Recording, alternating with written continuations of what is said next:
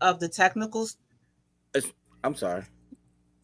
And is we live? We Is We are live. live. live? So hit it. Okay. Good morning. Good morning. Good morning. I'd like to do some banter first before we actually get started, but we can go ahead and do our All right, well, intro. okay. Oh yeah, and we need to share it in Oh yeah. the my art group because I wasn't able to share it. But good morning, everyone. Are you waiting? Tag a friend. Tag a friend. We are going to be talking about men, women, and accountability. So if you are fixing your breakfast, you're in the gym, go ahead, get your earbuds ready, tag a friend. And we also, I hope we'll have time to invite people to share in the comment on our subject. And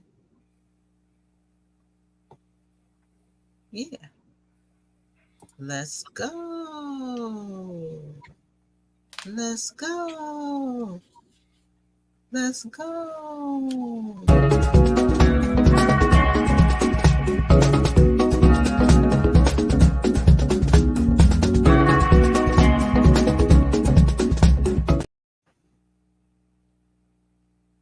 Uh-oh. What happened? I don't know. You froze. Oh, let me hit it.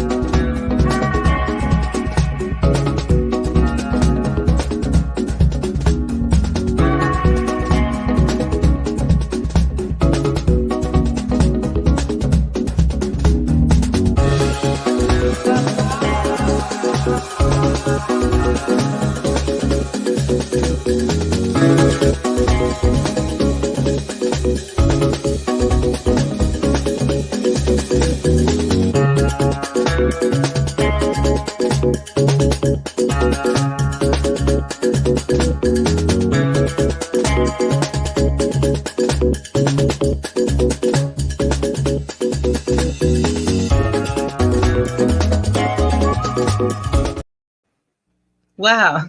Good morning. I guess the people was mad they put the zoom on me. Yeah, because you froze. You froze. Let me come in with our intro. We come before you in the mind state of elevation, standing on a strong legacy of spiritual masters, healers, and powerful prayer warriors. We acknowledge our connection to source and our honored and elevated ancestors. We are humble servants of the community. May we be properly guided with every word that we speak. Ashe. Ashe. Ashe. We say Now, no, go ahead. I was going to say something. Go ahead. Oh no. I was just give an introduction, to I have the community. I was just gonna say, how we say how the Africans feel, and hope the spirit is strong, definitely strong. spirit is strong, definitely strong. Can't stop, won't stop. Always on point. Great build today. I just wanted to say before we even start, I wanted to I lost two people that had some effect in my life this week. And I guess I think they actually passed like the same day. And just wanted to dedicate, what I'm saying, like the show, whatever, to them, and let the people know that I'm thinking about them and their families, anybody that may hear this or whatever. One was a sister that was from around the way, good sister, and Yolanda, her name is Yolanda Cartwright, what I'm saying, and just wanted to say peace to her family. And she was a great mother, she was a great person in the community, what I mean, a mother, a wife, and just a great person. So I wanted to get my condolences out for her, and also the brother Umar from that was at Mosque number 6. And as I put a post up, was saying that this brother was intricate, and like when I started off my consciousness, this brother used to be out on Mount Royal and North Avenue, and this brother, man, he was always so delightful, always walking around, walking around, and smiling, he had the swag. And I would always see the brother, him and brother Chris, some of the other brothers from the nation that was out there, man. And we grew a great friendship because I was working at Everyone's Place at the time, So they would come into everyone's place, you know, pick up books, and and I would stop and buy bean pies from them. And I would often see him. Years later, he would come in the shops that get his hair done early on sometime, and and I would see him like at different stores throughout the years, and we always just had that love for each other, man. The brother always just had that glow, what I mean. Definitely love that brother, man. And just wanted to, give my condolences to his family, and just to recognize that, just great people, and that touched my life. So I just wanted to give a dedication to them this morning. Yes. Condolences to their families. I actually remember Brother Omar, seeing him at the mosque, seeing him out soldiering. And I used to see him around the neighborhood where I used to live in Sedonia back in the day. But yeah, that was a good brother. Energy always light, energy always, good, pleasant, beautiful brother. So peace be upon him. Definite. Made it ancestors and the creator. Give blessings to the families. Wanted to give a shout out to Conscious Heads Barbershop. Conscious Heads Barbershop probably queued up. I see they sent over. Brother Ricardo sent a donation. We appreciate the donation, Brother Ricardo. That's a blessing. Thanks a lot. Y'all make sure y'all come on tomorrow. We're gonna have a build on the barbershop, on the Real Barbershop Conversations. It's gonna be a nice live one there where we're gonna be talking about. Yeah, I heard the brothers got something to say to me. What's up?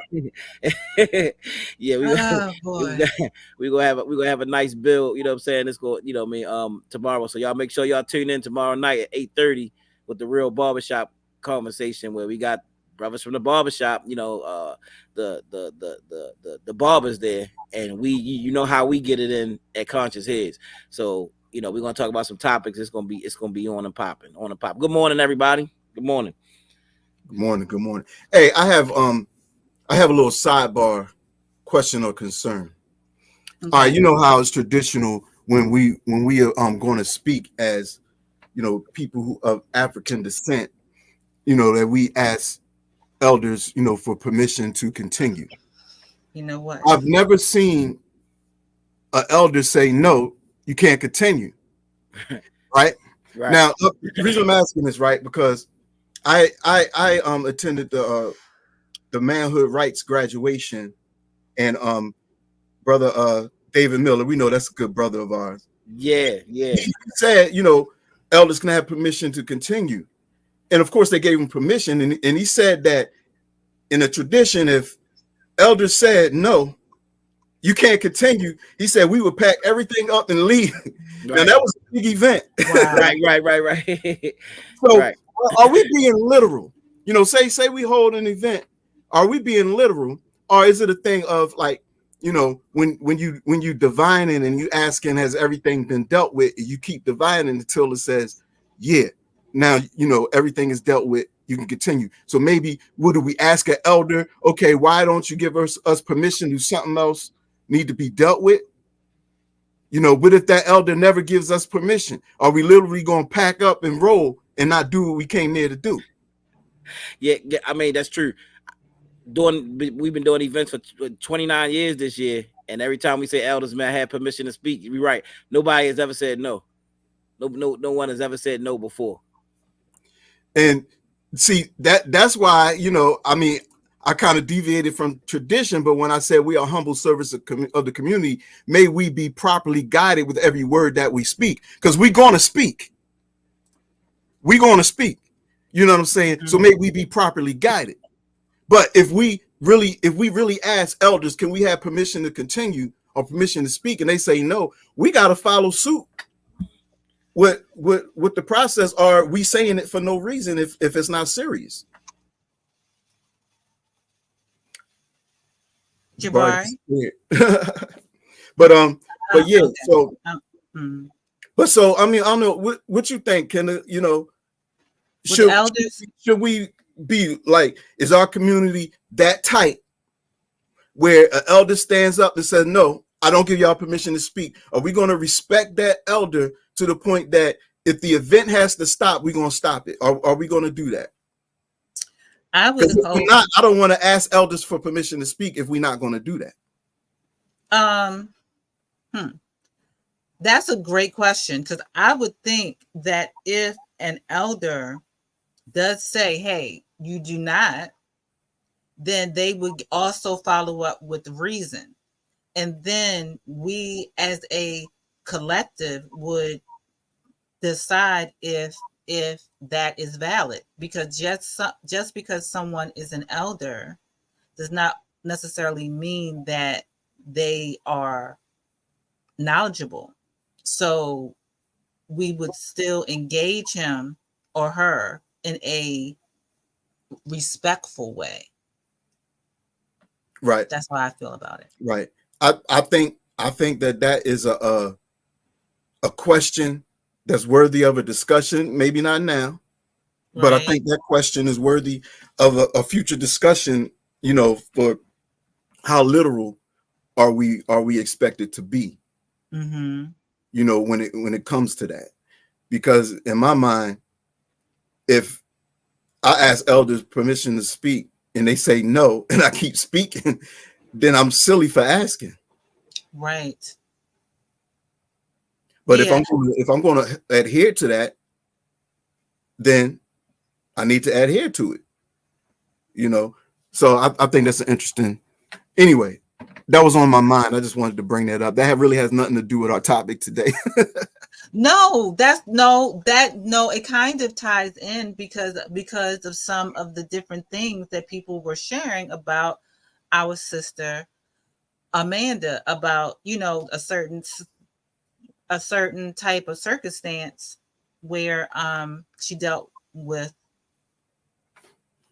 authority that was, well, sanctioned, I put it that way, systematically sanctioned authority in the form of a teacher that shared information that was not accurate or conducive to her as a child of color. And she challenged her. And so that's one of the points of contention. So it does kind of tie in to a certain degree, I think. Well, let's get in it. We titled today's talk, black men and black women accountability. You know, because I know it's been, there's always a hot topic when it comes to, like, a lot of men consider, women to not be accountable. That's a thing that goes around, that is said a lot. And then, the pushback from women is like, well, women are very accountable. Men are not accountable, type of thing. And there's a lot of back and forth, going on. My opinion, see, a lot of times I may agree with some things that the brothers say, and I may disagree with some things that the brothers say. You know what I'm saying? Now, when brothers make a broad statement that women are not accountable and not held accountable, I disagree with that as a broad statement. You know what I'm saying? And if women say that men are not held accountable or men are not accountable, I disagree with that as a broad statement. It's just Mm-hmm. some adults are just not accountable, and some adults don't hold themselves accountable, male and female. I think it, Now it may be not juicy for conversation, because I'll be bringing the balance. I know it's juicy if I said women are not accountable. That's a juicy debate because it's going to They love that. rise up. You know what I'm saying? But go ahead, Jabari. no, I think it depends on if if individuals are part of a system of accountability. Like, for instance, whether you in a religion or an organization that's going to hold the person accountable. See, a lot of people are living unruly right now. Rather it's, rather it's so-called conscious people that's conscious in the community. They conscious, but they ain't a part of no organization. They ain't a part of no system that's going to actually hold them accountable. So then a lot of times, when you don't have that, you don't have anybody to check you. Everybody got to have a checkpoint. Every person, every human being, until you get to the point where you are the elder. You know what I'm saying? And still at times, you can get checked by by others, by other elders or other people that's on a council or something like that. Mhm. But we are living in an unruly time. You know what I mean? So a lot of women, even in the conscious community, you know what I'm saying? They not a part of. They may be cultural. have all of the cultural things. Women and men can, because I see Okay, you. thank you. Okay, yeah, I was No, like, I'm just okay. saying. So you know what I mean. So and then it's all these other philosophies out here. So when you're not a part of an organization, a lot of the women have bought into this male toxic, you know what I mean, toxic man, toxic man syndrome, you know what I mean, philosophy. And then women, and then men, and coming up, you know what I mean, bought into the whole thing of black woman is a black woman is a bitch, you know what I mean, and bought into the whole Snoop Dogg, NWA, and all of that kind of stuff. And so they look at women as an object. A lot of guys do. I mean, let's just be real. You know what I mean? When we start to come up at some point, they started being painted like that. Man, they can't do nothing. We don't let them hoes. Like well, there was a thing of what I'm saying, like big disrespect that started to come in, because at one point it was a lot of respect, black queen, black Nubian queen, black this, black that, and then it was just this whole thing. It was like, I don't let them hoes, you know what I'm saying, and we started to get into that, so I think that that each person, individual, has to be a part of some kind of collective to be held accountable, or even in your family. But we've lost that in our family too. There's no accountability in our own family. The young people, they ain't even looking to the elder, like, elder who? I'm 30-something years old, man. Can't no elder, I don't care, uncle, grandfather, nothing. I'm a grown man. And they bought into that whole thing of, I'm this man and can't no other man tell me what to do. A lot of us have bought into the system of individualism, you know what I mean? Instead of us being a part of the culture of, where we come from, where we had council of elders and all those different things. They ain't trying to hear that stuff. So we got to deal with that, when we start talking about accountability. Okay. I just wanted to, and I hear you, and I do think that there is value in systems, organizations, but I do think that we need to be very careful when we're saying that we are allowing systems to dictate every aspect of our lives. When we say accountability, I've been really ruminating over that word, and I do see now where it may trigger a lot of people, because it's kind of saying that someone is teaching you like a child or whatever. What I think is that, yes, we do need elders, but we need elders that are also evolved. We need elders that are not so stiff-necked to the old ways that they are not open to seeing new views of things. And I think that that's where we're having a problem with people feeling comfortable in groups and organizations, churches, etc., because a lot of these institutions are still very tied into antiquated ways of seeing men and seeing women. And I think that if we're going to talk about that, we also need to modernize the way that we look at being like accountable. Just my thoughts. So what's some ways that we can modernize that? Are you asking me? Well, you said look at some ways we can modernize, holding one another accountable. I'm not trying to put you on the spot, but you kind of did, but it's cool. No, I mean, if it's something that you got to reflect on and meditate on.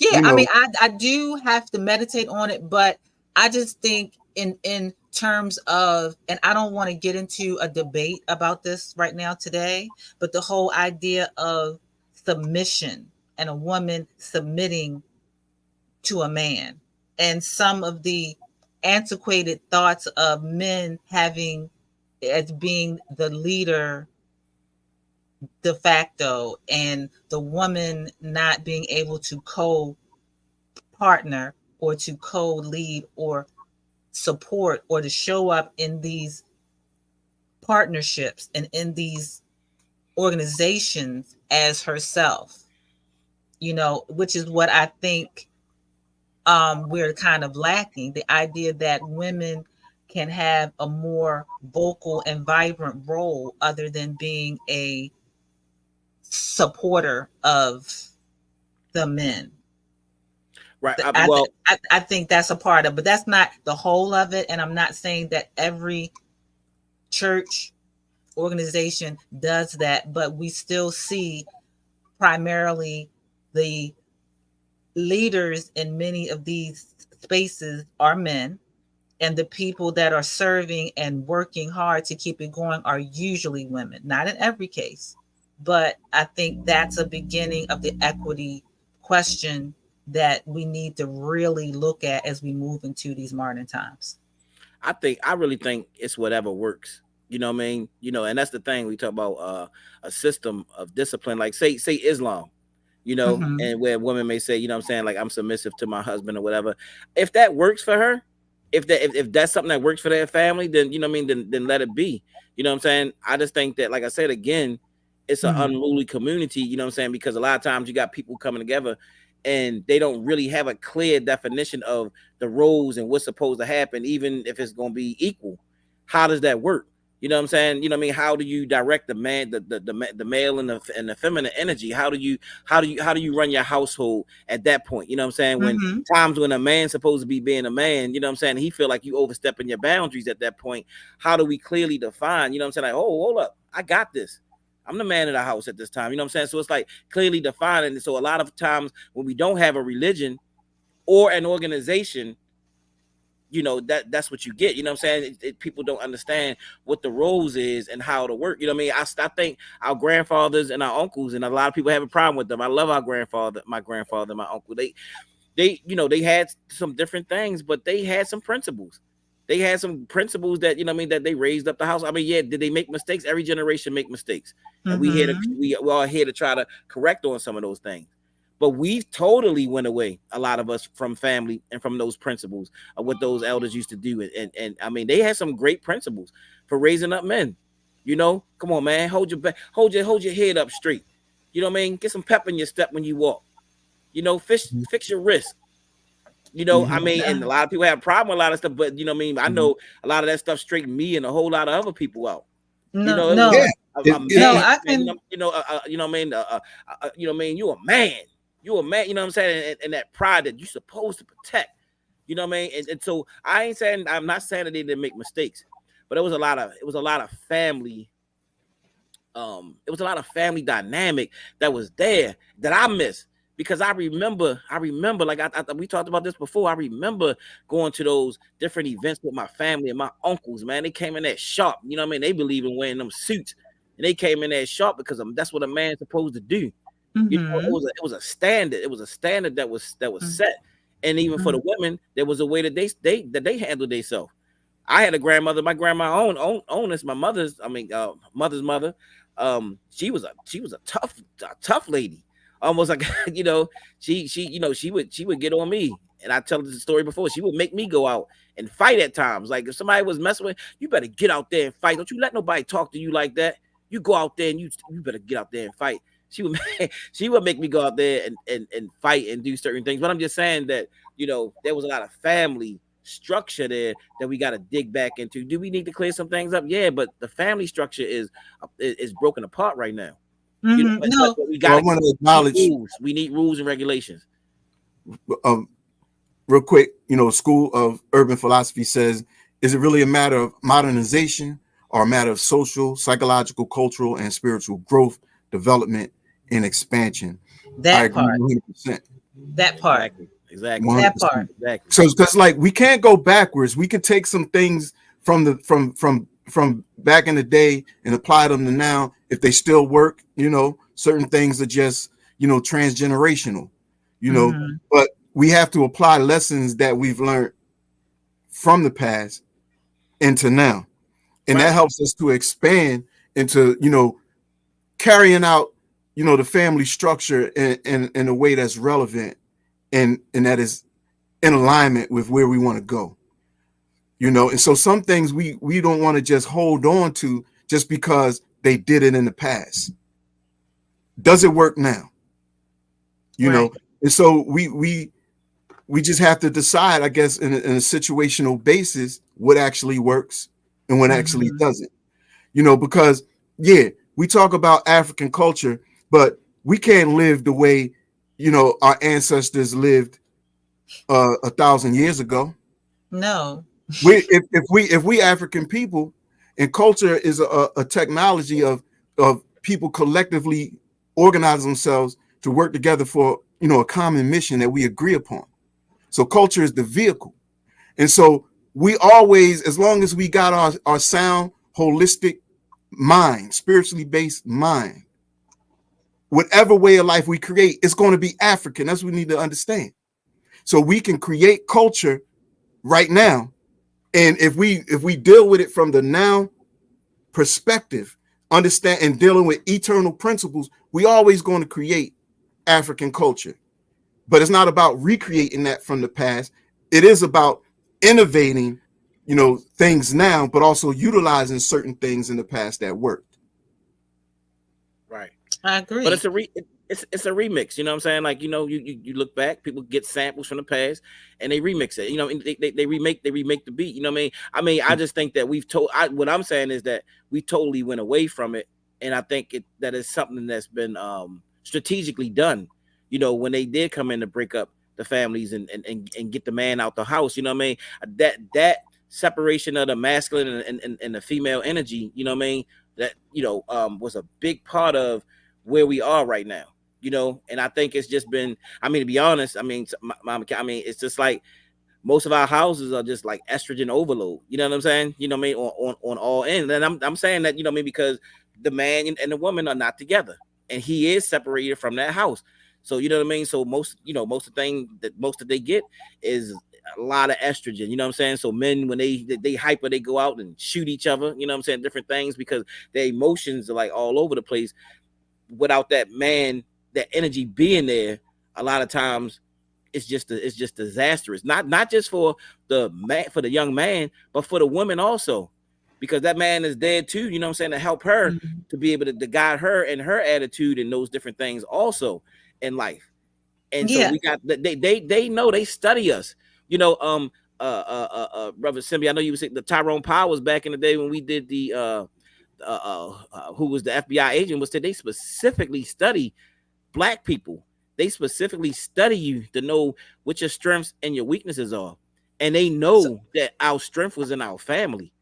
And as long as I can separate, you know what I mean, I can get this black man and this black woman against each other, they're going to be in trouble. No, I understand that. And I value everything that you said. What I will add is that having the men in the home is valuable and it is necessary. My question is, how is he in the home? Because there was a time that you were talking about, referencing back, where in some cases, but not all, the man was out all day and the woman, she was home. Now women have the option and sometimes the need to also to work. So when that man is in the home, how emotionally available is he to his partner and his children? How is he not just showing his children how to be accountable and authoritative, or those outward external tools that they do need, but how is he also supporting being emotionally and mentally balanced?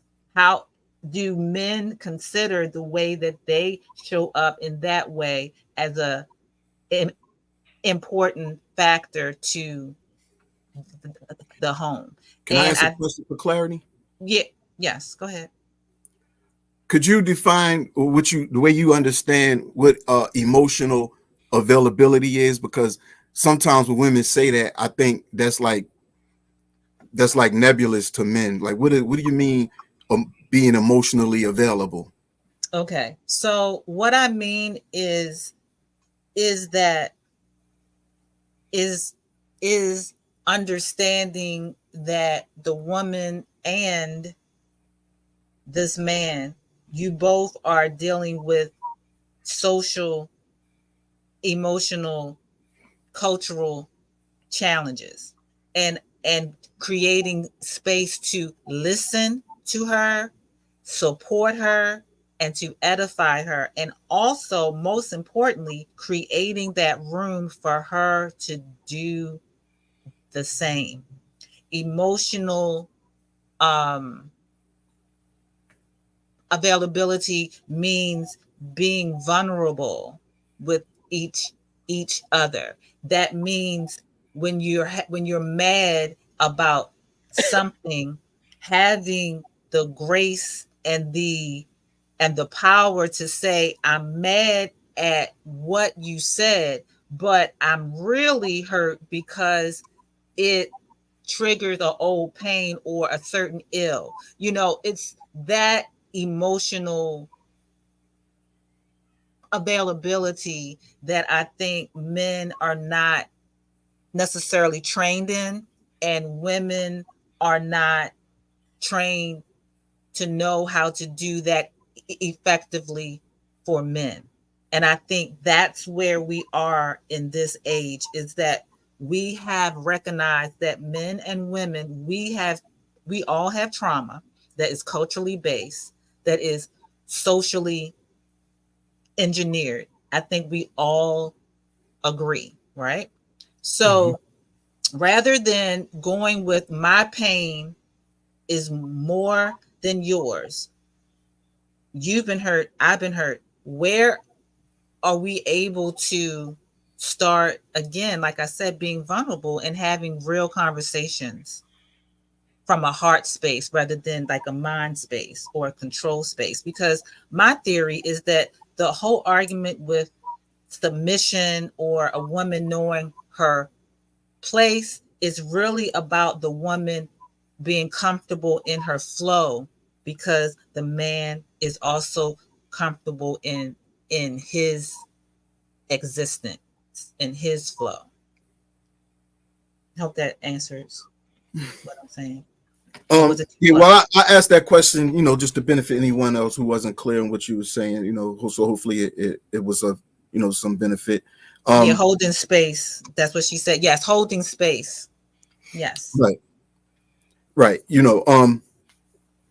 So why do we put Amanda Seals and Umar Johnson on the covers on a thumbnail for today's talk dealing with accountability?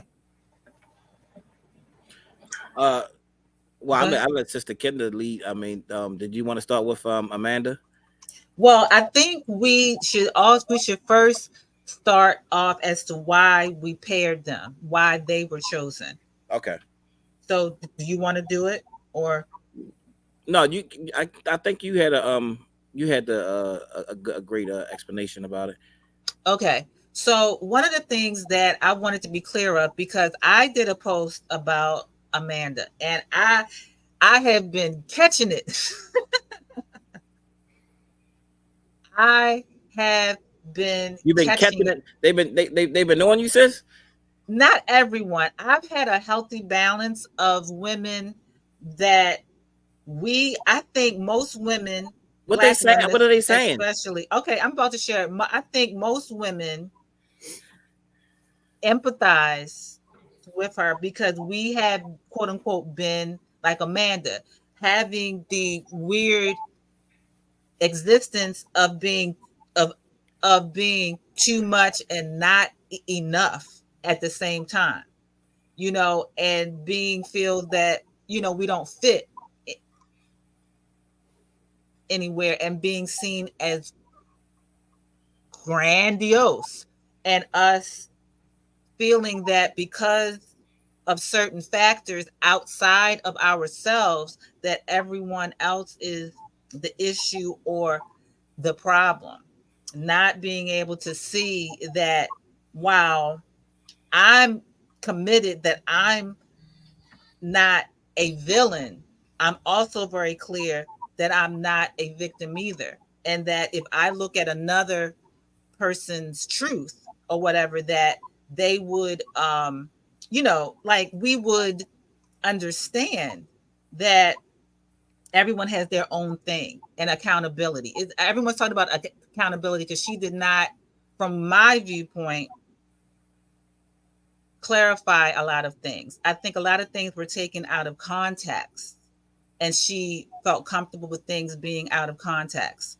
And with Umar Johnson, we put him as a comparison because there was no way that we were going to talk about a Black woman, not while I'm on the show, and not have a balanced masculine example as best that we can. Now, I am by no means comparing them in terms of intellect. I am not in any means comparing them in terms of character or anything like that. So this is not Amanda versus Umar. It's not, Yeah, you Amanda. Gotta lay that out because they be like, I know they ain't comparing no Umar to Amanda. You know what I mean? Like, Right, we yes. getting that, so somebody's still gonna say it. Somebody's still gonna say it. Yeah, but I'm on the record to be very clear that this is not a comparison of who's better, who's worse, or they are the same. They were chosen because they are both very outspoken, very educated, very respected voices in our community and also in social media that have also been considered problematic by certain people. Some people love them and applaud them. Other people don't necessarily rock with them. Right. And I think it's because they don't appear to take accountability for certain things that they have said and done. And I'll start off because I'm Umar. I have my certain thoughts about him, but I'll lean to Amanda, and I'm gonna share my post that I did because I'm up to 151 comments, and wow. I'll share what I said. As I'm setting that. Are these mostly men or women or a mixture? What's the? It's very balanced. It's very balanced. Okay. I have men and women. I'm very thankful that the people that are on my page vary, and they come from all walks of life. I have a very diverse and beautiful group. So this is my post, and I did the picture of her from Club Shay Shay and a Instagram post that she did after the Shannon Sharpe show. And this is what I wrote, and then we'll go into what she posted. And she did some other things, but this is not an indictment of her, as some people are seeing this as an indictment of her. What I will respond in saying that is, I'm not indicting her. I'm not trying to drag her. I am giving my point of view, as she often does, that is not always received. So what I wrote was, I can appreciate Amanda Seales' brilliance and resume. I can empathize with her story. What I am curious about is if she has woman friends that keep her accountable. Boom, boom, bang, bang. This is where some people felt shots had been fired. But I'll go on. She feels unaccepted, yet she appears unaccepting of others unless it benefits her. The very thing she seems to accuse others of.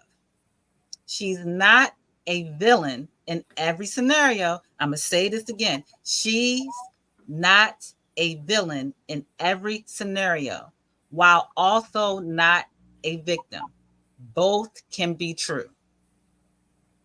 I saw many opportunities for Shannon Sharpe to ask follow-up questions to provide proper context, but he chose not to. My friends would have told me I was wilding, and they have. So Can Kendra, 1 second, hold that thought. Monique Nubia Sunshine said, I missed the response from Omar. Umar. You weren't talking about Umar making a response. Oh, no. I'm not saying You that. were talking about when we was making a thumbnail, we didn't just want to have Amanda on there dealing with accountability. We wanted a male counterpart on the thumbnail as well, so we can deal with men and women being accountable. Exactly. Yes. Yeah, Thank you. Hopefully that brings clarity. Yes. Good. Okay. No problem. No. As far as I know, he has not responded to her or anything. I am about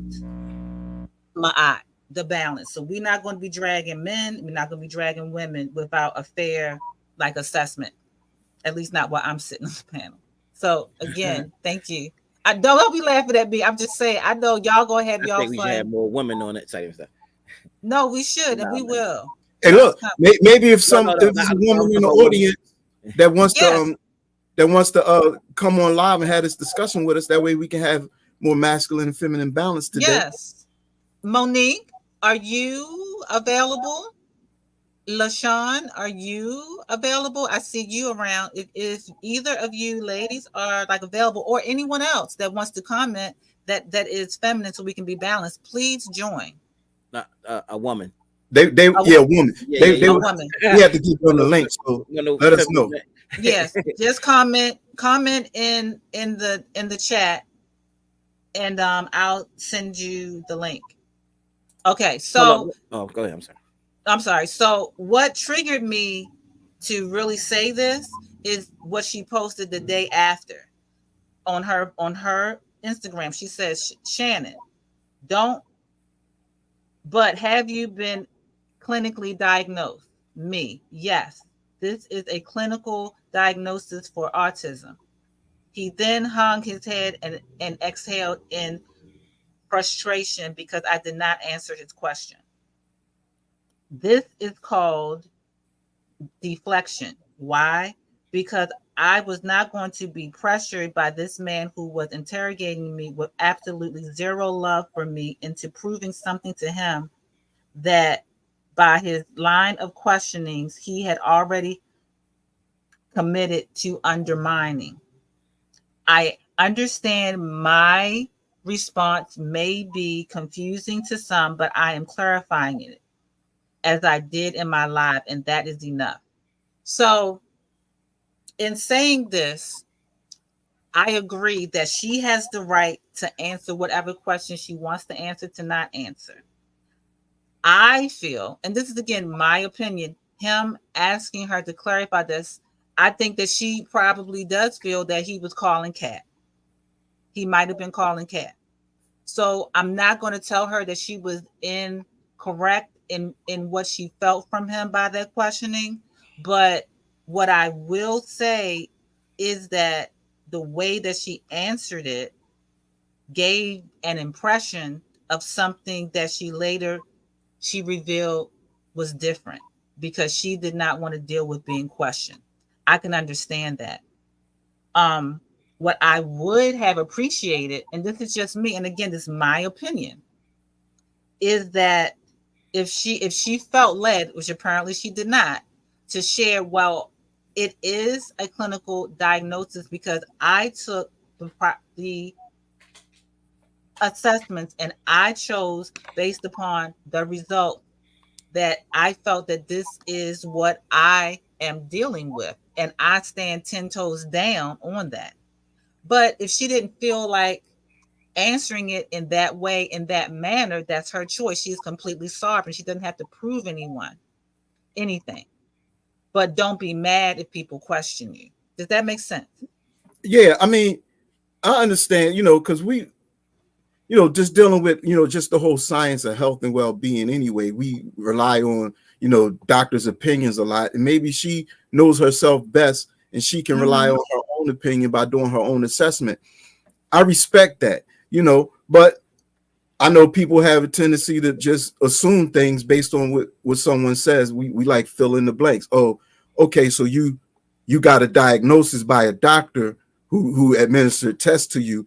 And so that was kind of implied in her statement, But I don't think it's as much as a big deal as people are making that. Really, my whole I thing is agree. out of 3 hours of talking, I think I watched over 2 hours, and she was just like straight victim mode the whole time. Like all these people did these things to her, and she ain't expressed no type of accountability. And I'm like, I can't really rock with people because it's always another side of the story. Like I was watching, for example, Ari Spears interview on the Breakfast Club like some days ago, and he was taking accountability for where he is in his career because he admitted, look, I've been an asshole, throughout my career. I treated people, so he was basically say he would be further along if he, didn't act a certain way. And so to me, that's some accountability, that you should really, that I think that she should consider, because it just come off to me inauthentic if everybody doing something to you. Right. That's where, because I shared in my post, and I think some people felt like I was judging her. Other people felt like I was quote unquote low key shaming her, and so have you. No, I asked those questions and I shared my point of view because I have been in certain aspects Amanda, too loud, an extrovert. I mean, my husband just told me early today I'm talking loud. I talk loud. I'm expressive. Sometimes I have a tendency to cut people off. I get excited. I'm a stutterer. That could be all symptoms of neurodivergency. That I do not know. But what I do know is that Nah, I think that's just lack of discipline. Look, I have things I do that's lack of discipline too. But we're not going to put a label on some diagnosis on certain things we have in our personality to just deal with lack of discipline. Like when we cut people off, I cut people off too, so I'm not coming at you, bait. But when we cut people off, that's a lack of discipline. You must have felt me in the ethers. You know what I'm saying? When we talking too loud for the room, maybe we having a lot of energy and we just not being mindful. Some stuff is just a lack of mindfulness that we try to, get some clinical diagnosis on to use as an excuse. And so, and I'm not saying you're doing that, babe. I just want to be clear. You know what I'm saying? But I'm saying I think we have to really be careful about doing that. Oh yeah, most definitely. Like again, what I'm saying is I'm not going to tell her how to diagnose herself or what she feels as her truth. What I am going to say,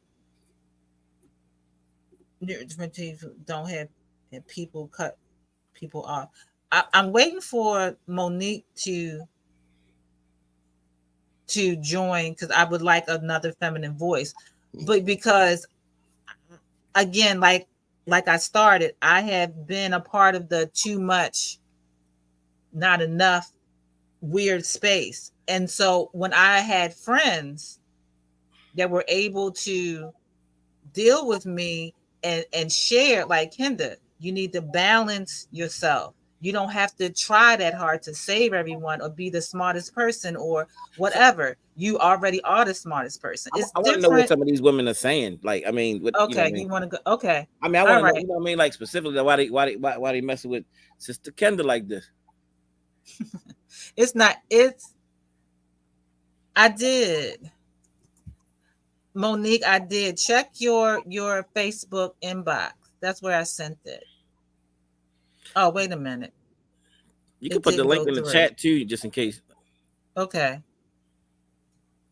It didn't go through for some reason, sis. Let me just put it in the chat. I don't know why. Messenger upgraded, learn more. Okay. I don't know what happened. I'm going to put it in the chat. All right, sis, and then you can click on it. I think you're watching from Facebook, so I'm going to put it on the Facebook thing. But I sent it in your inbox, but for some reason it's not going through. And then I'll show the Does somebody ever share the link into the temple? Yes. Oh, okay. I'm trying to find the live stream. I thought you talking about the link to the stream, Jabari? You talking about the link to the stream, Jabari? No, I was the link to the actual show. Oh yeah, that's in there. Okay, I think you got it now, sis. Hopefully. I'm gonna put it in the chat too. Okay, all right, thanks. I don't know if we can get everybody in, but Yeah, because a lot of the women, for the most part, were in agreement of how brilliant she is and how we want her to win. But we also know there's a certain level of personal responsibility that we have to start exercising, because I've had to learn it. So I'm not speaking from a place like I'm all together, because Lord knows I have to self self manage daily. And we have Monique on here. I'm going to add you on, sis. And I just want to say for the record, I love um Amanda Seales. I think she's highly intelligent, and the interview was entertaining, and I like her perspective, on a lot of She's a things. genius. It's just the accountability thing for me. Peace, peace. How you doing? How you Hello, doing? sis. Can you guys hear me? Yes. Yes, we can. Good morning. Good morning. Good Good morning. morning. Great day. Great day. Definitely. Thanks for joining us. No problem. So what you got to So, add in here? yeah. I mean, I'm in total agreement with Kenda.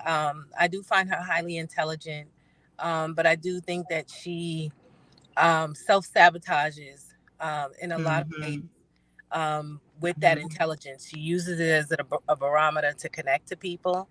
And if you don't meet her on that level, then she has a level of, she has an attitude about receiving you because you're not on her level. I found that with Shannon, she was becoming frustrated with him due to his lack of understanding on what she is the spectrum.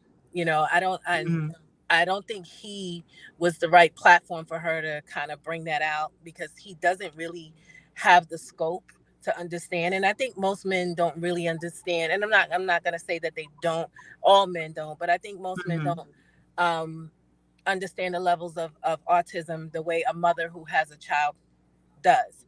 And I think that she kind of pulled it out, but didn't really give him grace to understanding what that meant. So instead, she got frustrated with him not really fully comprehending on what that means. Because if you listen to him, you can tell that he didn't really have the depth of the understanding of what being on the spectrum was. And she just didn't have the time to really give him that education, and just got offended at the fact that he didn't automatically understand. And so she kind of self sabotages in a way where the facial expressions, the attitude, and not humbling in a certain way, because she doesn't feel that she has to. She doesn't feel Right. that she has to give you an opportunity to kind of understand. Either you get it or you don't. She's that kind of person, and you can see that.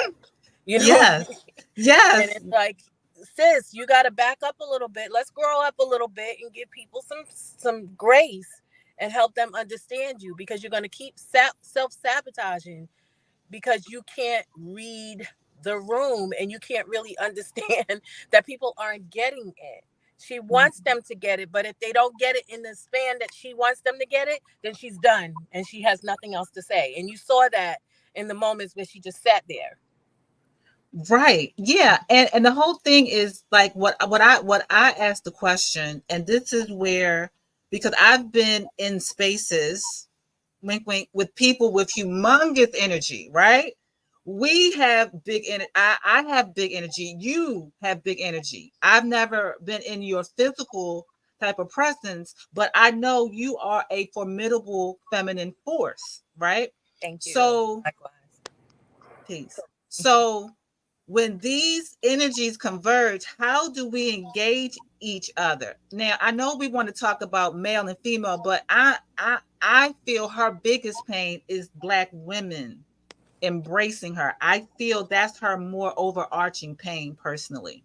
And how do we, in my bigness and your bigness, how do we coexist? How do, because I had shared, and most of the women understood what I was saying. They agreed.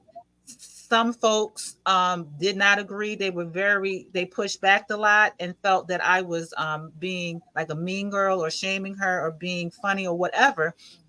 And what I shared was that I honestly thought that I gave a balanced point of view And I sincerely asked the question about accountability from women friends. And so by me being judged by my truth, you're treating me like Amanda at this point then, because I'm considered wrong. Mm-hmm. But that's my observation. Can I say something? Yes, sir. I'm realizing, like just recently from the point of her interview, that I don't have an understanding of what autism is. Now, Yeah, I have definitely a family member that has autism, but he also been diagnosed with other things as well. But I can distinctly see that there's something different about him. It's real obvious. I have no idea what type of autism, Amanda or even that y'all are talking about right now. Yeah. I don't get it. I honestly don't either. She's so they used to call it Asperger's syndrome, where you exhibited some levels of it's almost like a child who doesn't want you to touch them. They're very sensitive about touch. They're very sensitive about, you have to create boundaries with them. Emotionally, they have to have boundaries because they can go off the handle very easily. So it's different levels of it. And where she talked about her spectrum being Asperger's, it used to be called Asperger's. Now I don't know what they're calling it, but it's a mild case of autism. It's not something that where you see these children who can't speak, who don't have the ability to speak. They're having difficulties with communication and communicate with sounds and banging and that kind of stuff. She's not on that level. She has a mild case of it, even though I don't think she was clinically diagnosed. I think that was something that was mentioned later on, that she didn't get a clinical diagnosis, but she has a difference about her. And in that difference, you can tell she has boundaries, and she speaks very much about energy and people crossing boundaries. And that's why she can't recognize her own place in taking accountability. She can only recognize when someone has crossed her boundary, but she cannot recognize when she's crossed someone's boundary. You understand? So she has a level of it that and I don't know if it's a crutch that she's using it, because I feel like now that she's aware of it, it's kind of her crutch. Well, a whole bunch of people. I'm sorry, a whole lot of people in our community must be on the spectrum. I mean, no, I wouldn't doubt it, because a lot of us have not been diagnosed, or we've grown up all this way. You know what I'm saying? Like you see a kid that has ADHD. Like my son was labeled ADHD, but to me he was normal because he was an active young boy and he wanted to do. So when they said ADHD, I'm like, that's just him being a boy. Let him go and run and get that energy out. You know what I mean? So we may not have clinically diagnosed the things that we grew up with, and now they're starting to put labels on these things because people are subdividing. You have him, her, they, she, us, it. You know what I mean? And now they have all these clinical diagnoses for different tics and things that we've grown up with for years.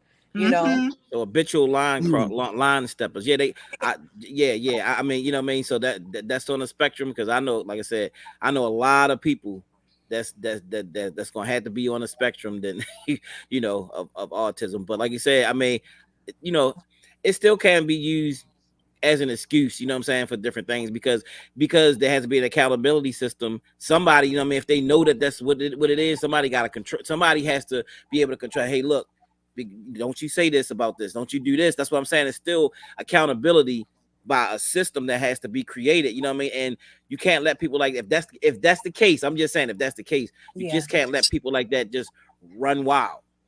But if there's no humility, there's no accountability. Right. There's no humility about sit back and say, okay, well, let me look at it from this perspective. Whereas Umar Johnson can sit there and say, okay, let's peel that apart. Let's look at that. Let's break it down. She doesn't have the energy for it. She don't want to hear it. It's her way, and that's it. And that's a level of humility she doesn't have, but it's also a level of immaturity. She needs to blow up. Right. Yeah. And that's what I'm talking about as far as not using diagnosis for excuses of bad behavior and the lack of meaningfulness. Yeah, because I know for me, I have been told to sit down and chill out, right? and it has hurt my feelings. But That's what I they have that's on your post, right? Because we still never heard what some of okay, these okay, people say. okay, You know what I okay, mean? okay, okay. I'm gonna bring it up. You want Yeah, you want the juice? Okay, I'm so trying to see what's going on. as I talk, I'll say that. And so again, once I started, what I was looking for her when she opened up the conversation about autism and what I thought that as she went through her stories, that she would say what happened and say, based on my diagnosis, I see I respond in this way, in that way, in this way. And it wasn't so much anyone for me, I put it this way, for me to be looking for her to say I was wrong. If she feels that she was not wrong, I'll let her have it.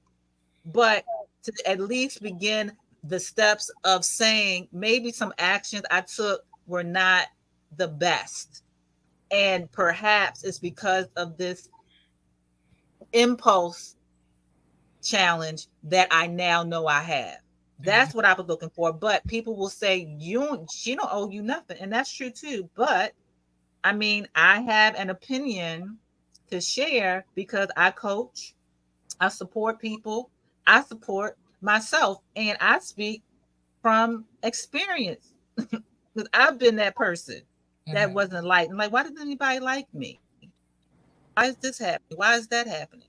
So this was the post, and here's some. I had some really. Most of all, most people were agreeable to this because again, I never, to me, I don't put a post that's too.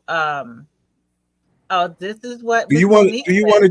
Do you want to just read it so you don't put people's names up there in case they Oh don't yeah, want that's that? right. That's what I was thinking. I prefer not to go onto my post and share And if because it's I real don't want. long, you ain't Yeah, got it. You could just summarize.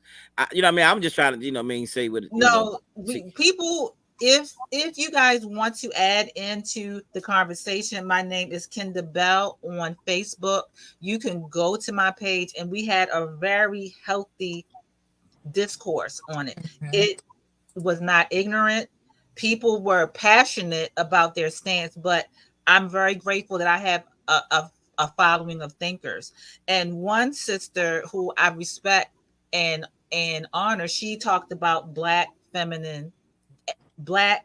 gender issues with black women. And I said, yes, I yield to that black women are sometimes seen as we're too loud, that we can't share, we can't be like expressive. I get that. But if we're going to look at that, can we also kind of examine the possibility that she was quote unquote tolerated due to classism because she is educated, colorism because she's quote unquote fair skinned, and featureism because a woman of my tone or darker perhaps would not have made it that far in Hollywood. So if we're going to talk about this gender issue, we need to put all the isms on the table. Am I right? Absolutely. Go ahead. No, I'm agreeing with you. Absolutely. 100%. Okay. She says she can see why people saw her as unlikable, but she likes how she operates, so she had no intention to change. Okay. Well, I mean, that's it. That's all. And that's fine, but do not, like, one instance that I thought about, and if I'm recalling it wrong, let me know. But it was a part of the interview where she was sharing about her time at Sirius, and Jay-Z was at the station, and she made mention that she was the hip hop interviewer, like she was the one that did the hot interviews with the hip hop artists. So she saw Jay-Z, and if I'm misquoting it, respectfully correct me. For all the Amanda stands, respectfully correct me. But from my interpretation of hearing the retelling of the story on Club Shay Shay, gotta be specific, right, Monique? She shared that she saw Jay-Z in the lobby, and she was like, this would be a great opportunity to have an interview. And she asked him to come into a conference room and do an interview. And then she was reprimanded for that. And so I'm like, and she cited that they didn't like her, they were out to get her. Well, Now, did she get fired based on that for insubordination or something? she got it was another instance, I believe, after that. But to my point is that I don't doubt that people might have been after her. I don't doubt that people may have been against her. I don't doubt that. I'm not disputing that. But if Jay-Z is in a radio show lobby for no apparent reason, don't you think he's there to interview with someone? I'm just saying. He might be. She's seizing the time, though. You see.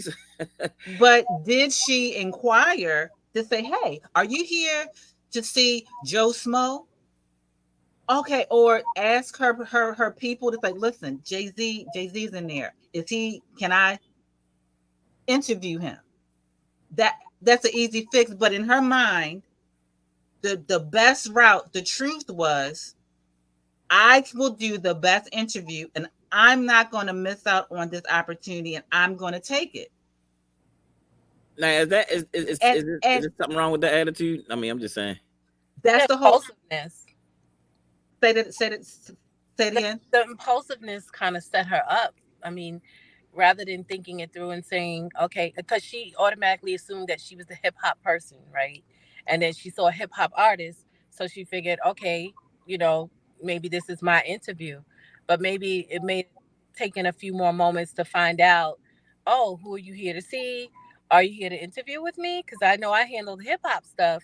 Let me go find out what the situation is, and then we could set something up. But I just imagine that this is not the professionalism, but the impulsiveness of it all was what was the problem. And she could have played it a little bit more professional because, I'm about getting my bag too, but I got to play words and do things in a way where everybody's, happy, especially if I'm working for somebody. So I'm going to go find out, hold on, I'm going to see who you interviewing with, and then maybe we could set something up, and I mean, that's just me. But the impulsiveness of it all was a different story. But I mean, come on, y'all. I mean, this Jay-Z sitting in line. It's not just any. No, I don't follow her. And that's when you look at. All you're ration. You know what I'm saying? It's like, oh, damn, is that Jay? You know what I'm saying? Like, hold on. Yeah. No. I'm just saying. I mean, so on that level, I don't know. I can see where somebody would be like, somebody be like, yo, can we do it? You know what I mean? And probably was excited. Probably, you know what I mean? And I don't even know if that was could even be disrespectful. You know what I mean? Like her not going to check and do whatever. She just trying to see like, how can I seize this time? You know what I mean? Like, like anybody that's aggressive, just trying to do some things. That's all I'm saying.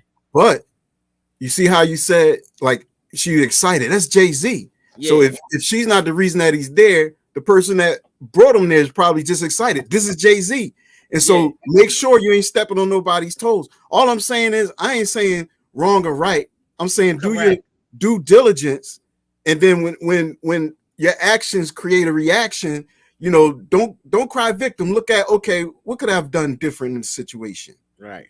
Self-reflection. Absolutely. Yeah. So was the person was supposed to do the interview, was they offended? I mean, for this? Because I'm not sure. She didn't even really include anybody else's concerns or aspects of that. I would have thought that Jay-Z. But they had a problem. They had a problem with what she did, though. Right. The studio where she was working at, they had a problem. I would have thought at least that Jay-Z would have been like, oh no, I'm here to do an interview with blah blah blah blah. You know what I mean? He went along with it. I'm just saying that he just went right along with it. Like, I mean, so it wasn't like, I know normally somebody would be like, hey, look, no, I'm here to do an interview with Mr. Charles.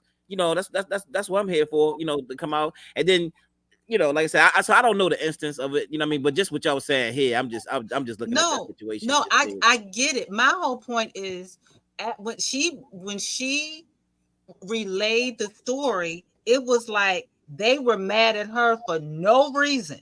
How dare you be mad at me? Look, I would have felt better if she had said they were after me, they was blocking me, and I had to get that interview. And so I may not have done it in the way that they wanted me to, but I felt that I deserved that. And I would have been like, damn, you gangster, right?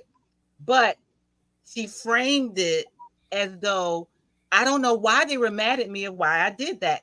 But they were always treating me bad.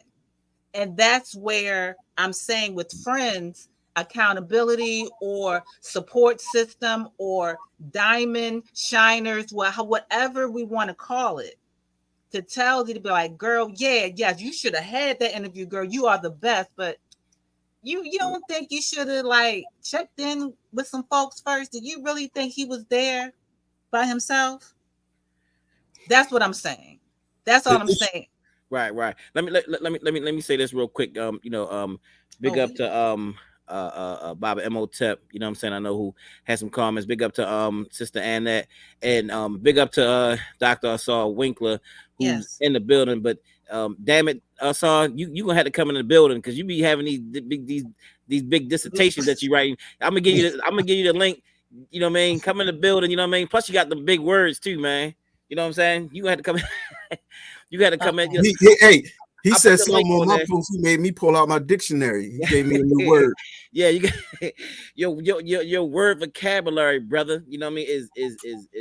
Is enormous. Okay. You know, I'm sorry. Go ahead. You can read. No, you mean okay. The issue, okay, Dr. Dennis Arcea Winkler, peace out to you, brother. The issue is once they have found their tribe and their difference, many argue that they don't need to change to our world, but the world should change to understand and make room for them. And that's where I ask the question of, okay, I have a certain aspect where I'm operating from healing from my trauma. I could have trauma from women that are very loud and bully me. You've been bullied, Kenda? Yeah, I've been bullied, to be honest. Yes, I've been bullied, but I had to fight. You understand? So I get Amanda to a certain degree because I skinny, stutter, only child whose parents had the audacity to have two parents in a house and have cute clothes. I'm catching it.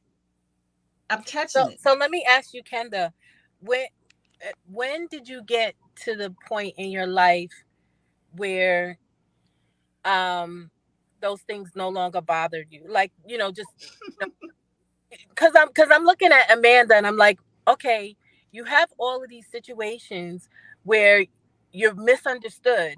Mm-hmm. And there's no accountability for you on your level. Where do you get to the point? Because she also mentioned that she wants people to like her. She doesn't understand, but she wants people to like her because it puts her in depression. You see the blowout that she had the last time.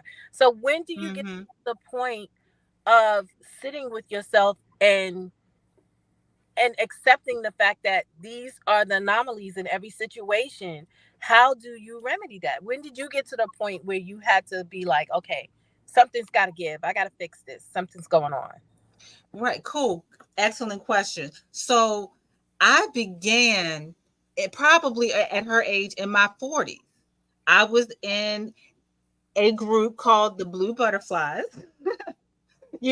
where I had no choice but to confront with various reflections of myself, past, present, and future selves. So that was the initial step where I was being challenged where, okay, I can't keep, well, F you.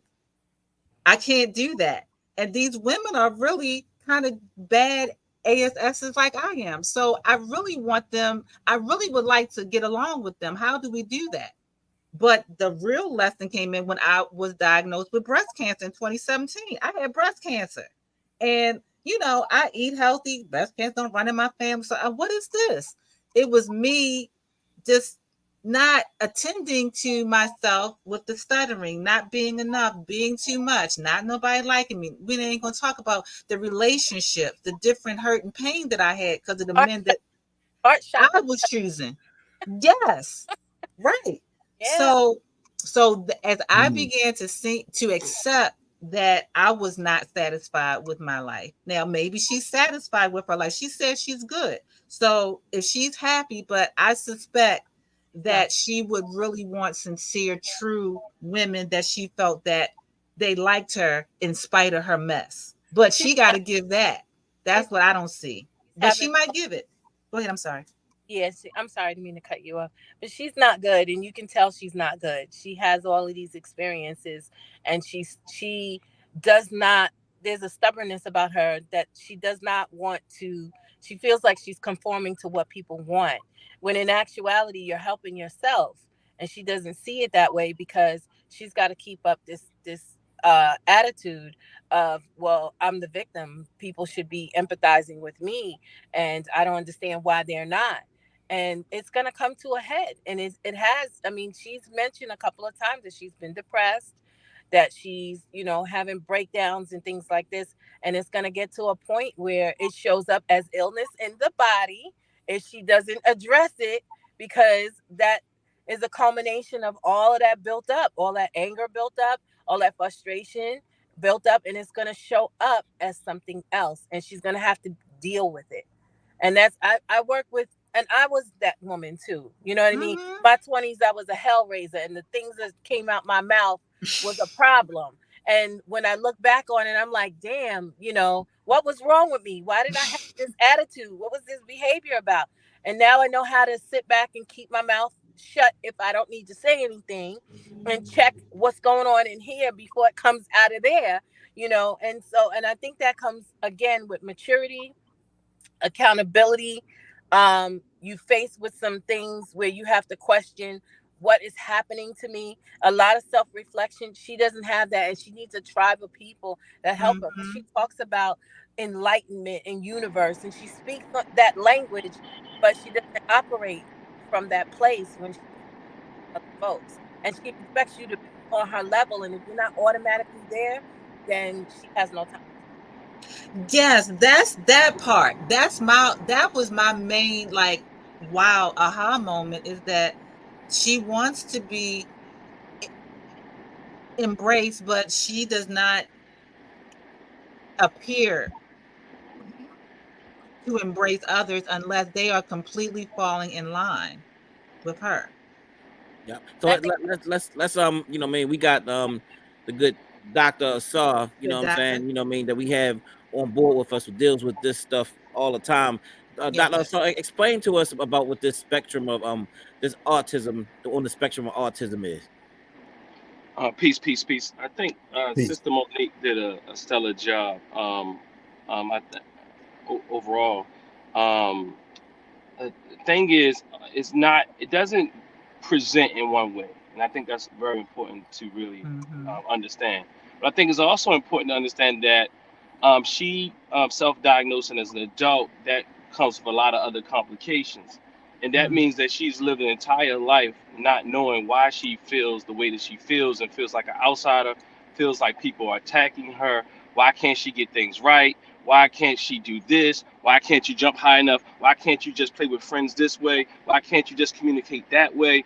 And so one of the things that you see with lots of people, and I'm saying lots of people on the spectrum, especially as I did, Sister Monique said, those who in the past was considered Asperger's, now which was not necessarily a part of the spectrum then, or autism spectrum back then, but now is a part of the spectrum, and they call it the spectrum because you might fall in different places on the spectrum. But now, one thing I will say is people with Asperger's now considered high functioning autism. They find that to be a slight. They typically don't like that, because they say that you don't know how it feels to be in their shoes. Maybe they're verbal, maybe they're able to do certain things, but in daily life, it's like living life without any map. It's like socially, it's like living life not having a social map.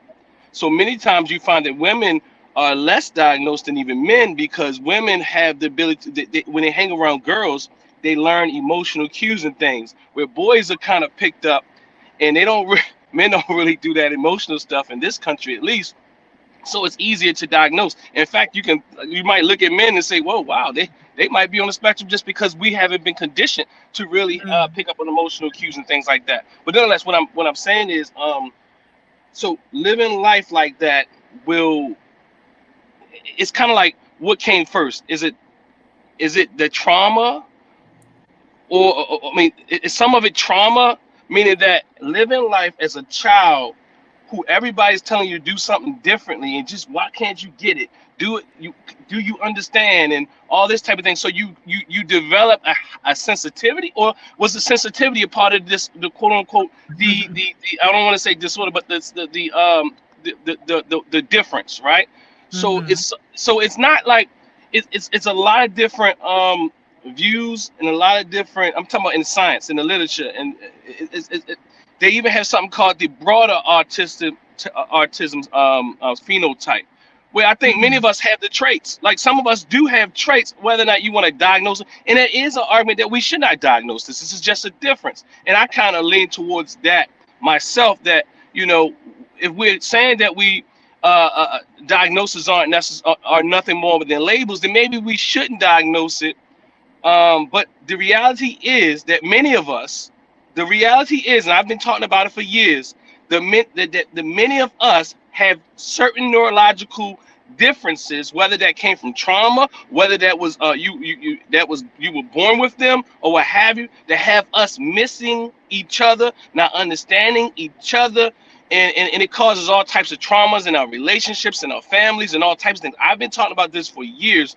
So it's not, to me, it's not even about Amanda Seales. It's about really understanding that we're asking someone. See, the thing about something that's happening inside of you, on a mental, social perspective, is more of a construct that we can't measure that. So we struggle to make room for those differences. Whereas we struggle with physical differences already, like wheelchair people on wheelchairs, and even women. I'm not trying to say it's a deficit, but in this country, we see everything as a deficit. We see women as a deficit. We see people in wheelchairs as a deficit. We see people who have born with certain limbs, but we still have some level of compassion for people who have physical differences. But when it comes to something you cannot see, what happens is, I think we really need to talk about this, because we're beating up on children to create maybe people who are like Amanda Seales. And I'm not saying as far as her being on the spectrum of quote unquote, I'm saying the trauma that comes with it that makes a person not so fragile that they had. The word I was supposed to be putting in there, y'all, was not protectionism, but it was supposed to be perfectionism, right? And so you create this level of perfection, and this is not only seen in like neurological differences as far as the spectrum, but it's also seen in ADHD. It's also seen in what is it called? Dyslexia. It's lots of people walking around our community feeling very hurt, low self-esteem. As she said, I am suggesting, I'm going to be quiet, but the thing is that everything she said, I don't care if she can be diagnosed with the spectrum, I am going to argue that what she said is at least clear enough to say there's some neurological differences that haven't been accounted for, and she's been hurt by it, and she talks about it from a young age. When you talk about why doesn't she just shut up with the teacher, the thing is, a person who is on the spectrum is very literal, and when they hear some stuff that don't add up, they're going to point it out. And that is the thing. And what we don't understand, like, they literally like, this doesn't make sense. You know, hold up. And it can be used as it's a strength there. And there's a strength there. And it's not only because it was racist as they was talking about that interview. I'm telling you, I work with people who literally, it could be math, because the thing is, many people, not all people on the spectrum operate differently. They see mathematics. Some of them are strong in math, some of them are weak in math, some of them really creative in art. But the thing is, when they get focused in on a thing, they're intense. So if she's talking about history, and she's probably one of those very intense people who really study. Because the thing about somebody on the spectrum, many times one of the things about them, which is that they focus on things very deeply. So sometimes they miss the trees. I mean, the forest for the tree. And that's what kind of happens. So they can focus on all the numbers. They remember numbers. They look at different things in details, but they struggle with putting it all together. So they become very detailed. They take a lot of notes. It's because they struggle to keep up with conversation. Sometimes it's a lot of different things. People, again, I'm going to say it presents differently, and I don't want to cast a net out there and say all people are like this and all people like that. It's a very different thing, but there's strengths in it. But the problem is, and I'm gonna just close it out right here, is that if we don't deal with it, we're going to continue to create people who are hurt, like Amanda Seales, and people like Umar's hurt. Now, see, he might not be on a spectrum, but he's hurt from some other trauma. And so the comparison even with him and her, I think he has skill to finesse his way to act like he has humility and all that type of thing. That's a good point. That's a good segue into Umar Johnson, Dr. Umar. He definitely knows how to finesse it. Yeah, people on the spectrum, they're not more finesse. They see they say hello. Yeah. Small talk is like doesn't mean, like some of us, we have some little traits like, why we gotta do the small talk? Like me, I'm like, look, I'm not a small talk guy. I'm not, I'm like I could, but that, and even a small talk to them feel like they're doing something against their own soul and will and value system. Mm-hmm. Yes, and she talks about that brilliantly. Is that she go against what she firmly believes in, and we gotta respect that. It's just the outcome, the social part. Being able to receive that back socially is difficult for her because of the fact that she's super meticulous on detail. She's super meticulous about looking at the finite stuff that she misses the socialization and how to be able to integrate that into social. Most definitely. So, I just we spent a lot of time on Amanda. I know we can already say, wait, can I close out my thoughts? Thank you, sir. See, I'm learning because, again, I empathize with some aspects of it because as a stutterer, I believe that because my mouthiness, my attitude, my quick mind, the stutter was like a response of being told, stop, be quiet. We don't want to hear you. And I went through years of thinking no one wanted to hear me. But I still tried to be heard nonetheless, but I just stuttered. It was annoying at times, and I would use, I stuttered, so that's why I cut you off. I stuttered, that's why I couldn't stop what I'm saying, because I'm feeling fluid. I'm in my flow. That's still rude, though, Kenda. I'm done. But you have the wherewithal to now say, can I speak? See, now you take it to the next level. So then the question is, we have all of these differences about ourselves. How do we integrate it into society so that we're properly heard, properly received, protected, and can give that same thing in return? Can I say something? Yes. Now, the one difference I want to say with somebody on the spectrum that we should take in consideration is that their social cues are off. It's not just so it's like they don't even know when to come in sometimes. So sometimes with you in a circle and you with a group of people, and what happens is you're like, why this person ain't talk the whole time? But they wait to the end every time. They say all this stuff when everybody's ready to go. And I'm not saying diagnose them, but it's a real thing. Whereas they don't know how to double dutch with the group. So at the end, they want to let all this stuff out that they said. And you're like, look, can't you tell that people ready to go? No, they can't. They just know that they're getting their stuff off, and they socially, it's just they socially can't even pick up on that. Many of them, and socially it's difficult to know when to jump in. When a lot of us grew up in households, we just talk over each other. They struggle with that, and it might become a little bit more. They become very hyper stimulated from that. That's a great point. That's why she's running it all back, because I saw her on her Instagram when she was watching the live. She was watching the interview live on her Instagram, and she was running it back and taking notes and cueing. And then she came out with that secondary post, and it's like, okay, she had to look at it from a different perspective, but she still didn't see her. She saw it's hard though. Yeah, it's hard because that perfectionism kicks in. I gotta be perfect. But there's and maybe that's the thing. Like I said, the integration of it all. There's techniques to help you with those cues, because like Kenda said, she got to a place where she had to deal with herself and start to learn how, almost like a person with Tourette's, learning how not to have an outburst. It's difficult for them, but there's certain cues and there's certain tics that have to be learned in order to adjust behavior so that you don't explode, or you don't break down, or you don't distance yourself from being who you authentically truly are, but still have this tick to remind you, okay, you know what, let me bring it back a little bit, because I might be reading the room wrong, or teaching them techniques on how to read the room, how to pick up on certain cues and things and stuff like that. So I think maybe it's a beginning for her now that she understands that, but maybe not. So. Exactly. And to Umar, Dr. Umar. So hold up, babe. Because Oh. Sean Woods wants to join. If somebody can, I know. The link is already in the No. in the chat. Okay. Yeah, I got her. I'm about to take care of that. While you segue into the Umar Johnson portion, let me just say this. For those Umarians out there, women, mostly women, you know what I mean? I ain't gonna be taking y'all attack because I know that the black cultural woman is in love with Umar Johnson, and he gets all kinds of passes all day long to say and do the stuff that he's actually doing. Let's be real. Let's be 100%. You know what I'm saying? It's the woman that you know what I mean. It's got Umar ego way out the roof right now. You know what I'm saying? Like way out, from Can I city say something that from really city, quick?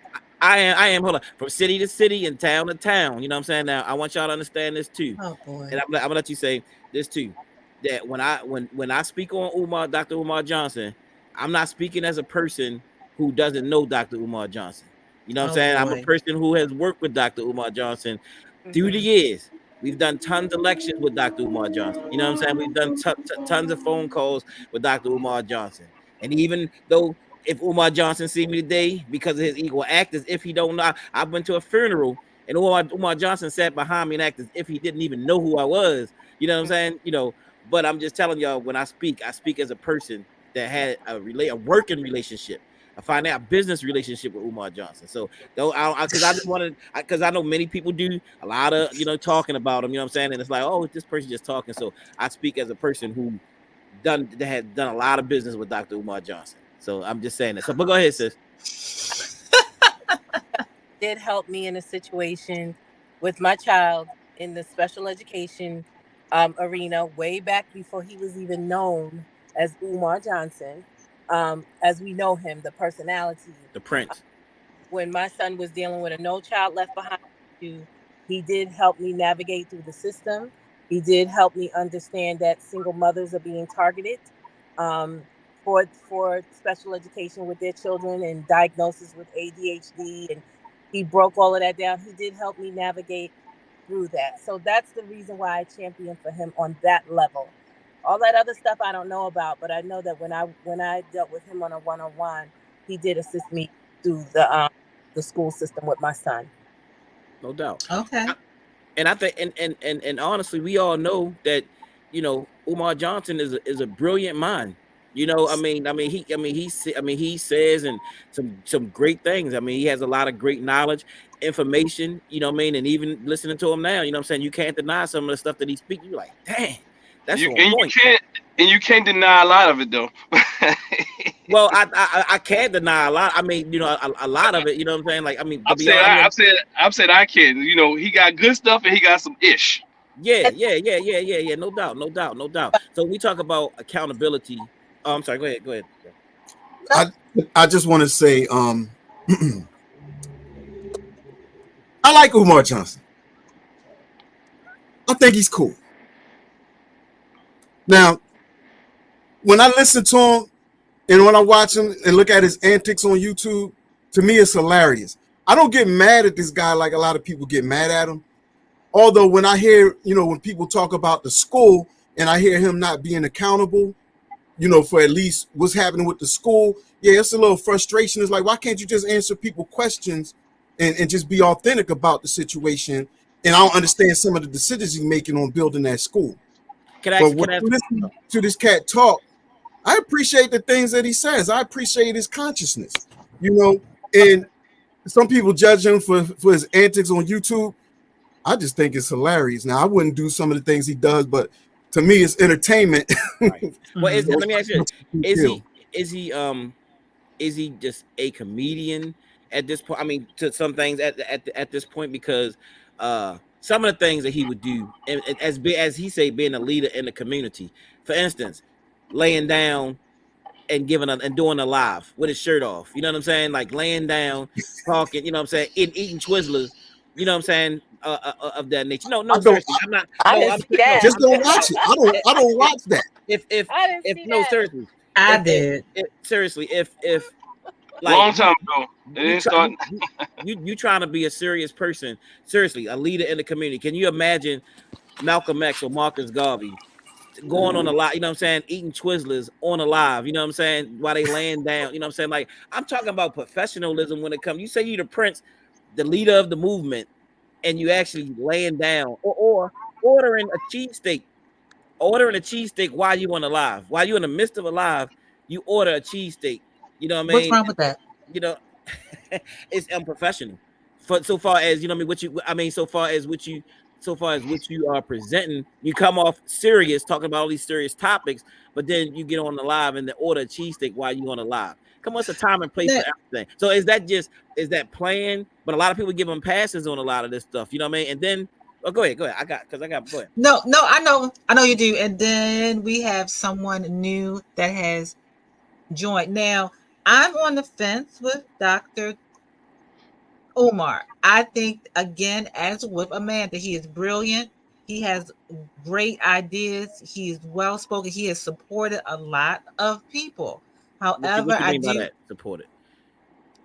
Well, Nubia just shared how he helped her with her child in the school system. We cannot take away that there have been many people that have benefited from his knowledge and a lot of parents support with getting their children the help that they needed in school systems, as with just to make sure that people understand, because we did not really give Amanda her flowers with being a great thinker on race and culture. She has an extremely profound book. I can't think of the name. Her podcasts always challenge topics that the mainstream media is not willing to touch. So I want to just caveat that in at this point, because we've shifted, but I just want to give her flowers. But can he be intelligent, a scholar, and still go get like a cheesesteak and chill? Like, I'm not, that's what I want to know. I'm not criticizing him for getting a cheesesteak. I mean, you know what I mean? I like a chicken cheesesteak. Look, I'm not criticizing him for getting a cheesesteak. I'm criticizing on the way that he's getting he's on a live talking to the people with hundreds of people on the live. And like, I'm hungry, black people. Let me give me something to eat. You know what I'm saying? So just imagine right now, and if I say, hey, y'all, I'm hungry, y'all, hold up. Why y'all doing this? You know what I mean? Hey, can I get me petty, man. A half and half? Of course. We put these people up. I don't know. I think that's petty. They have human behaviors as well. Say it again. We put them up as deities, but they have human behaviors as well. I mean, he does a lot of work in the community. Could he not be a human for a little bit? No. This is different though. I mean, the cheesesteak is an analogy, but it's not really going into the depth of what he does and how he's manipulating people and how he's taking advantage of people. He's abusing women. He's a womanizer. He talks all this good stuff. He also is leading people on with this school that ain't gonna never happen. He does have good things. So does Trump. You can have many people to talk about how Trump has helped them. So what I'm saying is, I get what you're saying. I get what everybody's saying. The devil does something twice every day that's good for people, because you need to give people some sugar to abuse them. And Umar is abusive to people. I'm saying even online, he's abusive to people and to our very community. And it's not about the cheesesteak. The cheesesteak is more of the hype that makes him more of a reality star. So of course he's going to do the cheesesteak because he understands what people want. Jabari, you want somebody who's really serious. But as my brother Simbi said, and Simbi, see, the problem with me is I see him as comedy as well. But the problem is most of the world does not. So if they see him as comedy and everybody saw him as a comedian, but he's acting like he's a revolutionary, that's the problem I got with it. Yes, sir. Oh, okay. Can I bring in? Go ahead, babe. I don't Honestly, I don't look for Dr. Umar for anything. That's what I'm telling you. You don't, but they do. The world think he's going to really change and change the world and build this school and save all our children. And of course, he got to do something right by a few people. But at this point, most people don't think that. Now, he still got a group of followers that believe him. I mean, they adults. If they can't see for themselves what we're seeing, then let them. No, that's not right. That's the same thing on an individual level. On an individual level, when we talk about women who are being abused by men and even men who are being abused by women, we often say the same thing. If they can't see that he's a problem, see, the problem with people who abuse people, they're very cunning. They're very smart. They know how to love bomb you, lure you in, and make you addicted to them. Umar is the best love bomber on these YouTube streets. Hey, but I have to admit, I don't know anything about his dealings with women. I don't follow him that close. You say he is abusing women. I don't have knowledge of that. Okay. Woo. All right. I'm not saying he don't, but I just don't. I'm not aware of that. I say he's a womanizer. I didn't say he's a. Well, it can be a very abusive, but the reality is the things that he says and how he talks about women on TV, on YouTube, the way that the things that he says, he's using his quote unquote brilliance and his prestige and his intellect to lure women in and compete over him. Even it's not a good look. Okay, yes, sir. I don't disagree, but I wanted to bring in. We have someone that has joined to add to our conversation. LaShawn, coming from Atlanta, and Monique, you're in Florida, right? Yes. Okay. All right. Welcome, LaShawn. Thank you. Greetings. Woo, I came in at a good time. This energy, I'm loving it. I'm like, don't stop. I want to keep going. I want to keep hearing it. But I feel like with Dr. Umar and Amanda, the problem is we were talking about like, what's the solution? We're missing social cues. And I'm like, it's not just social cues to me, because we're still looking on the outside. It's inside. The great creator created us with a nervous system that is there to detect when we are in danger, and we do not have that knowledge. And so I feel like when we are coming from the perspective of just left brain thinking, which is what this society is based on, then everyone is going to we're going to have a problem with each other. To me, true accountability is knowing how you function and why you function that way. So with Dr. Umar, it's still some type of protector. Like you all said, he's experienced something, which we all have to a certain degree. It may not be trauma defined, but some kind of way you have a coping mechanism. And Dr. Umar has found something that works for him. Now, is it his fault that the people, after all these years, still are not trusting or questioning themselves, just like we talk about people in church who are not questioning? I had questions as a child, like, how did that happen? How did that so-and-so? Where's the courage to trust your body, to trust what your intuition, to trust those questions that are in your mind? We subdue that and we give that power over to others, and then we blame the other. But that other, yes, he got to answer for himself. But it's a two-way street. It's not just him alone. It is us too we have to answer to not trusting the intelligence that we are designed with. And so what is the real root of the problem? Is it our personalities that we are experiencing, or is it the lack of self-knowledge? You better preach. You better come on. No, I agree. I agree with her. But the problem I have with that is people have waken up and found out, but there's always new people to be abused. So then we're not doing our job. Well, I mean, if you're going to, I cannot blame this woman who's been lured in by this man. I'm talking about on an individual level, because Umar does it on a group level. This woman who this man swept her off her feet, made her addicted to him.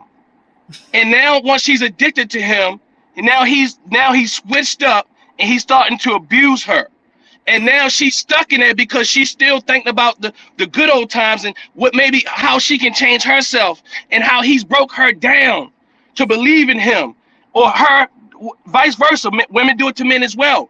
So what I'm saying is to blame the oppressed for the oppressor's works is inadequate and it's unacceptable. And Umar is who is blaming the oppressor? But when you say I'm not blaming the oppressed. What I'm saying is like when we to blame about, the victim, to blame the victim for the victimizer's works is unacceptable. Is it blaming the victim or understanding what happened to the victim? Well, apparently you cannot understand. You cannot wait. One at a time. One at a time. And let's keep. And I think we were having a good exchange, actually. Yeah. I think we were having a good exchange. I don't want y'all talking over each other because I want to be able to hear both of y'all. We couldn't hear. Okay. Oh, y'all couldn't hear. Okay, go ahead, sister. Oh, I was just saying that we do this a lot in our society, and I experience it in my own family. When you explain or you understand what has happened or why that person functions that way, we think it's saying the person that is, quote, the villain, we're excusing them. We all have to have our heart weighed. So I'm not excusing Dr. Umar at all. I was totally in the Afrocentric comedic scene. My children, I put my money where my mouth is. But I've learned to trust myself. And when he didn't come through with the school and the reason and the people were promoting, steady giving money and going to his things, I just kind of checked out and like, okay, he's kind of on guard with me. I can take the meat and spit out the bones. Absolutely. What I'm saying is that we don't teach our children that, who then grow up as adults who do not trust themselves. That is not victim blaming. That is understanding the who, the why, the what, why we function the way we do. Why is this young lady feeling like she needs to change everything about herself for Dr. Umar? Someone failed her as a child, but yet she has the responsibility. I think that's what we're saying about accountability, to understand herself. Either life is she's going to experience it like we all did on this panel and have that wake up moment. Or you gotta trust yourself. Even with Amanda, there's some things like Monique said, if it doesn't feel good, that's heart led. That's your body saying, shit, something ain't right. I gotta check this out. We don't trust that. We're all up in here. We're all up in here when we need to get down here too. So that's all I'm saying. I've been through, I was abused, but you know what took me out of that is I stopped blaming my baby daddy. He was a jerk and he continued. But for me, I looked at myself and how I even was in the same arena with this dude. It came from me. And once I adjusted that, I was never in an abusive situation again, not physically. Anyway, so I'm saying that's where the power is. And it seems like we run from that. We want to keep looking at someone else. He gonna get his. Umar will get his. Well, that's my point. That's my point when I say, okay, all the stuff he's doing, he still got people that like him and that follow him. And these are grown-ass people. Now, if they choose not to pay attention to the things that other people are talking about, it's them. They're in their bliss. Ain't none of these women's victims of Umar Johnson unless he's forcing them to do something. We gotta allow people to be accountable for the decisions they make. He's obviously given some of these people something that they like receiving from him. So does the oppressor, so does the white man, so does this system, so does all of these things. What I'm saying is everybody has to be accountable. You understand? Yes, we have to be accountable. But it sounds like at the same time y'all giving Umar a pass. And if we continue to give Umar a pass, well, I'm saying what it sounds like. Yeah, a lot of people do give you give Umar a pass. Because I just found Umar's comedy. I just saw Umar's hee hee ha ha and all this stuff. So what I'm saying is Umar helped my child. And yes, he did. I get it.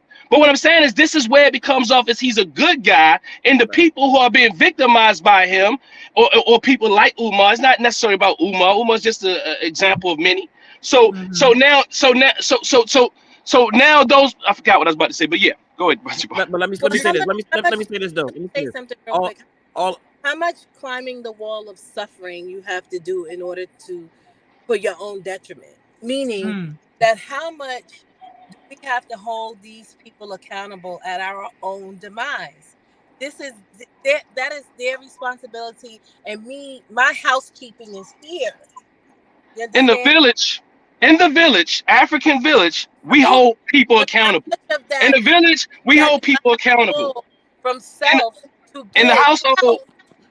In the household, we hold people accountable. Finish her point. Can she finish her point? Can she finish her point? I would like to know. Can you please finish? Dr. Ausar is very passionate about this subject. Because my whole thing is that we talk about holding people accountable and holding Umar accountable, but how much of that do we have? Because we can't be responsible for his actions and how he does things. How much of myself do I have to pull out of character in order to appease that, in order to make someone feel satisfied that he's being dealt with? Because there's always going to be somebody out there who doesn't agree with what a component of what he's saying. There's going to be people like I don't know how to pronounce your name, but like you said, there's people who love him and he does something for them. You know what I mean? And while he may have helped me, I don't agree with everything that he does. I don't look at him as the end all, the be all. He's a champion. He did help me in a situation. I have gratitude for that. That's enough for me, and like LaShawn said, take the meat and spit out the bones with what you need. But I'm not going to climb the wall of suffering to continuously pull from self in order to hold this person responsible for victimizing everybody. No, here's the thing. We talked about accountability, and and here's the thing. Dr. Umar, who is he accountable to? You know what I'm saying? Like, who does he answer to? I agree. And the answer is nobody. But Dr. Umar is 50-something years old. You know what I'm saying? He still needs to be trained himself. But he comes off as the person, I got all the answers. I am the prince. I am the, this, I am the that. You know what I'm saying? All of us, myself included, everybody needs a checking point. Everybody needs something to be accountable for. When he goes in front of all of these women, all these black women, and tell them, hey, queen, hey, such a, hey, this, they, that, and flatter them, but then he still can come before all of the black queens and not have a queen himself. Not to be married, not even to present a girlfriend or whatever, or a mate, because at that when we like our leaders to seem committed to something, right? That they are committed. So when we see people that lead organizations most of the time in churches or whatever, they're married. Your president is married. It's like because there's a level of commitment and seriousness that you see with a person. When you got leaders out and they just single, they just running around mingling and they at some point, but you 50-something years old. At 50-something years old, all this black queen talk, show us how to treat, show us what it is really to have a black queen. Bring it, you've never seen them say, hey, brothers and sisters, this is my queen right here. This is my queen right here. We do, but you see a lot of the lecturers out in public, from the Ashraf Kwesi, to the Barudis, to a ton of other people that's in different fields, and they present like, look, this is what commitment looks like. Accountability to another human being, but right now refuses to do so. But that right there, that you've been given a pass, but you can come on there and then he's an expert on relationships. Like, how you expert? How are you expert on relationship? On relationships, and you don't, and you can't even come before the people and show them a healthy relationship. That's No, I agree. So let me jump on board with this real quick and good doctor, where you at? Where you at? Something got disconnected on his thing. Yeah, so hopefully he'll come back. But here's my take on it. I do not follow him. I followed him years ago with the school. I like the things that he said in regards to Black boys, because I was raising a Black son. I have been in spaces with him, even in the past, where I did not believe that he was a very nice person, but that was my own opinion. You understand? I have not been in a space to give a definitive answer about his character. But what I will say is that when we talk about him misleading women, if these women are of a certain age, they are deluding themselves. Mm-hmm. Most women, we know, we have that certain feeling like, I really want him, but I feel like he's gonna, we know this. And this is, again, not faulting or blaming the quote unquote victim, but we have to start training our children, like LaShawn said, on how to start assessing situations and certain people, because there are certain people that I can say took advantage of me, played me dirty, and they did. But in my personal healing journey, I've had to admit that I handed my heart over to them one too many times when I shouldn't have. Mm-hmm. You know, and I'm not saying that when the woman is going through it that she's conscious of that. I'm not saying that he should still be supported. I don't support him in that way.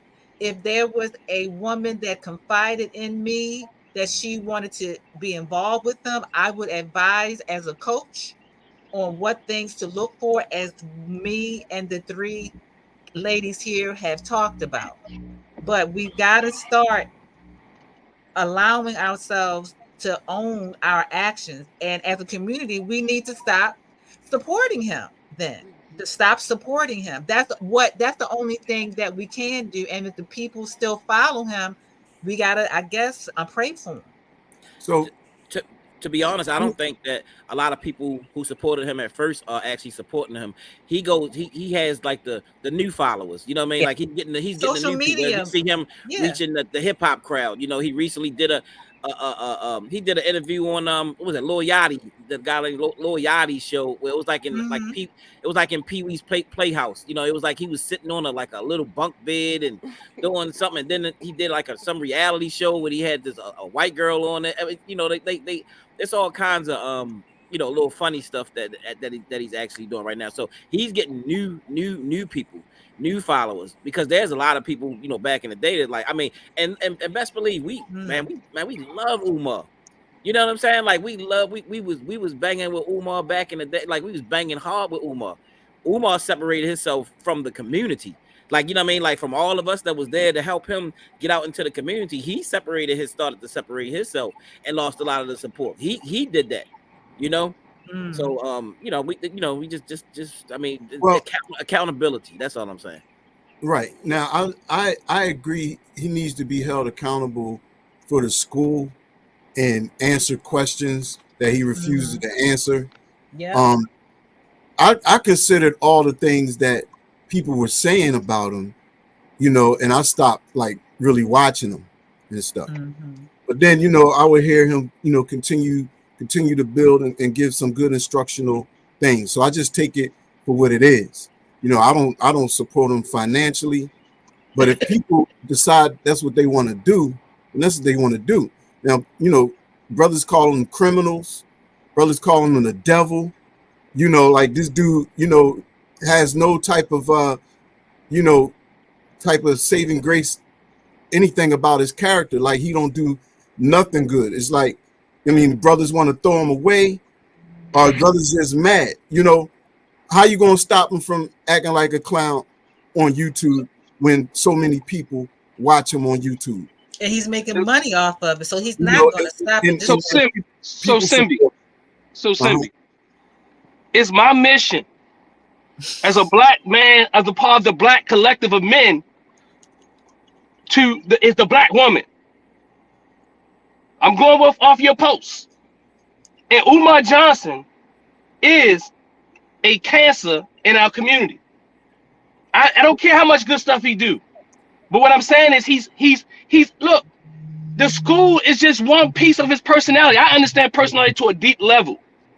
And Umar Johnson, and it's interesting to me that we held the sister accountable when she really has some things going on. Apparently, I'm going to say at least from her own description, which seems to fit. But Umar, we having to struggle. I think patriarchy shows its head amongst us in ways when we don't even know it, even in women. All right, bro. Look, I can come with that energy too, bro. I can come with that energy too. No, I'm not screaming at you. I'm talking the way I talk. You might not heard passionate. me talk. What I'm saying is, and it's not about you. It's about our community. But it's about the people. Our community. But what I'm saying is, I don't know. Me personally, I'm not aware of any abuse that he's done. Well, you need to not speak. Well, you're not. You can't speak on the top. You can't see an abuser before you. You can't see a Jim Jones before you. You can't see. You got to see what Trump actually did. The personality is evident. His level of I'm going to say colloquial narcissism is evident. At first, you said he was an abuser of women. And then I said a womanizer. No, you said abuser, and then you changed it to womanizer. Both. If a man is a womanizer is one thing. If he's abusing women is another. I respond to the abusing part that I heard you say, and I'm saying I'm not aware of what he's doing to abuse women. Let me tell you, okay, abuse is not physical. Abuse is not only physical. Abuse is not only physical, right? We understand that, right? And you should see how Umar plays with women online. He plays with them. If you can't see that, then you're not looking. And if you say you're not looking, then you should not have any. You can't even talk about it. Then what I'm saying is, I'm not saying he's not. I'm saying I'm not aware of that. Okay, I don't study the guy that much. I'm aware of the things that he says. It don't take much. That is instructional. I'm not watching him eating Twizzlers online. What I am saying is, on the video, we need to hold it off. All right. I'm with all the fact that we have to do the work. I am.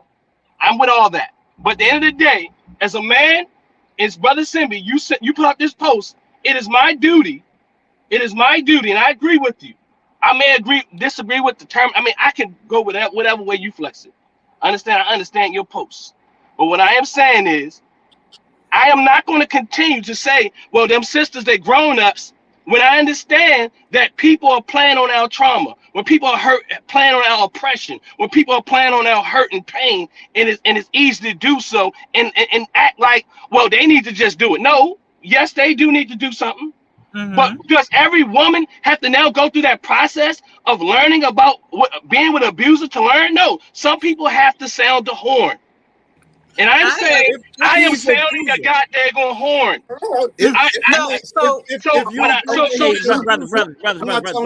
I'm not telling you not to sound the horn.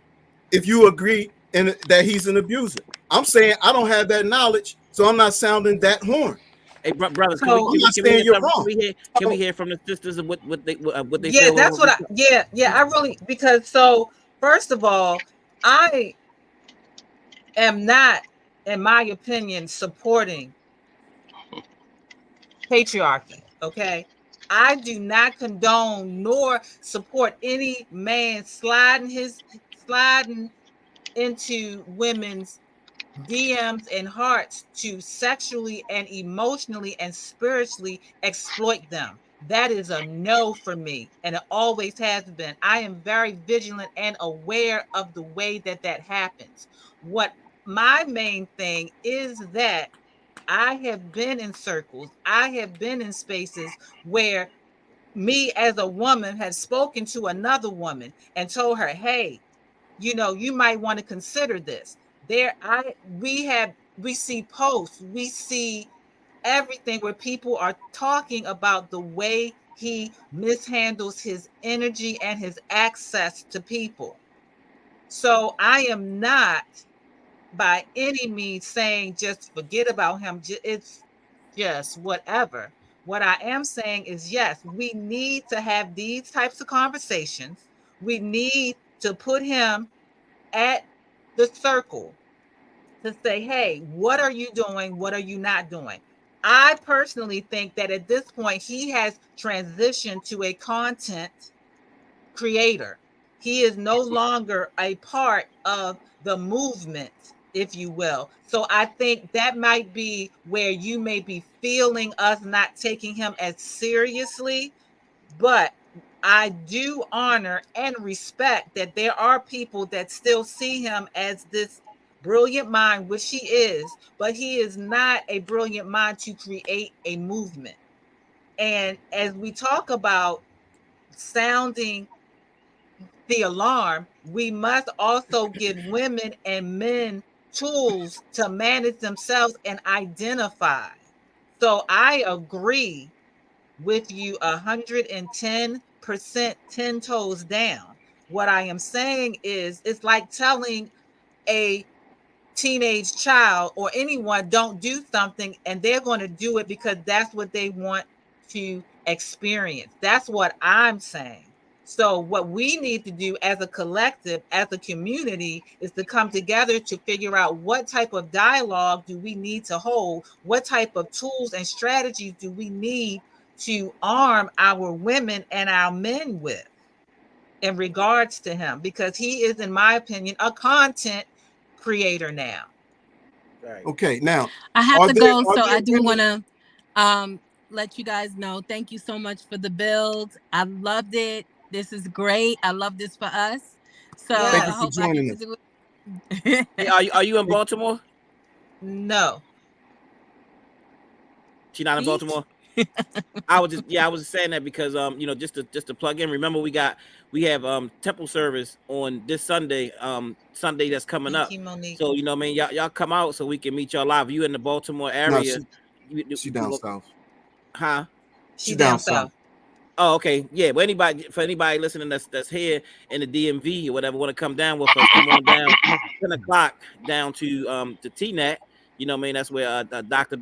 Assar's spot there on Harford Road, and we'll have the flyers and everything going around. So we want y'all to join us, man. Come on out so we can, we can talk, we can build, you know what I'm saying, and get some spiritual energy and love. Come on out there with us, and also like the hit the like button, share, subscribe. The channel was building, so we want y'all to come out and you feeling us, make a donation. We got a lot of stuff that's going on, you know what I mean? You can make a donation to what we're doing. But we got a lot of stuff lined up, a lot of great things coming through with Reality Speaks Media, a lot of great shows, different things. So we glad y'all came up. But let's go ahead and finish up, fam. Let me be clear though.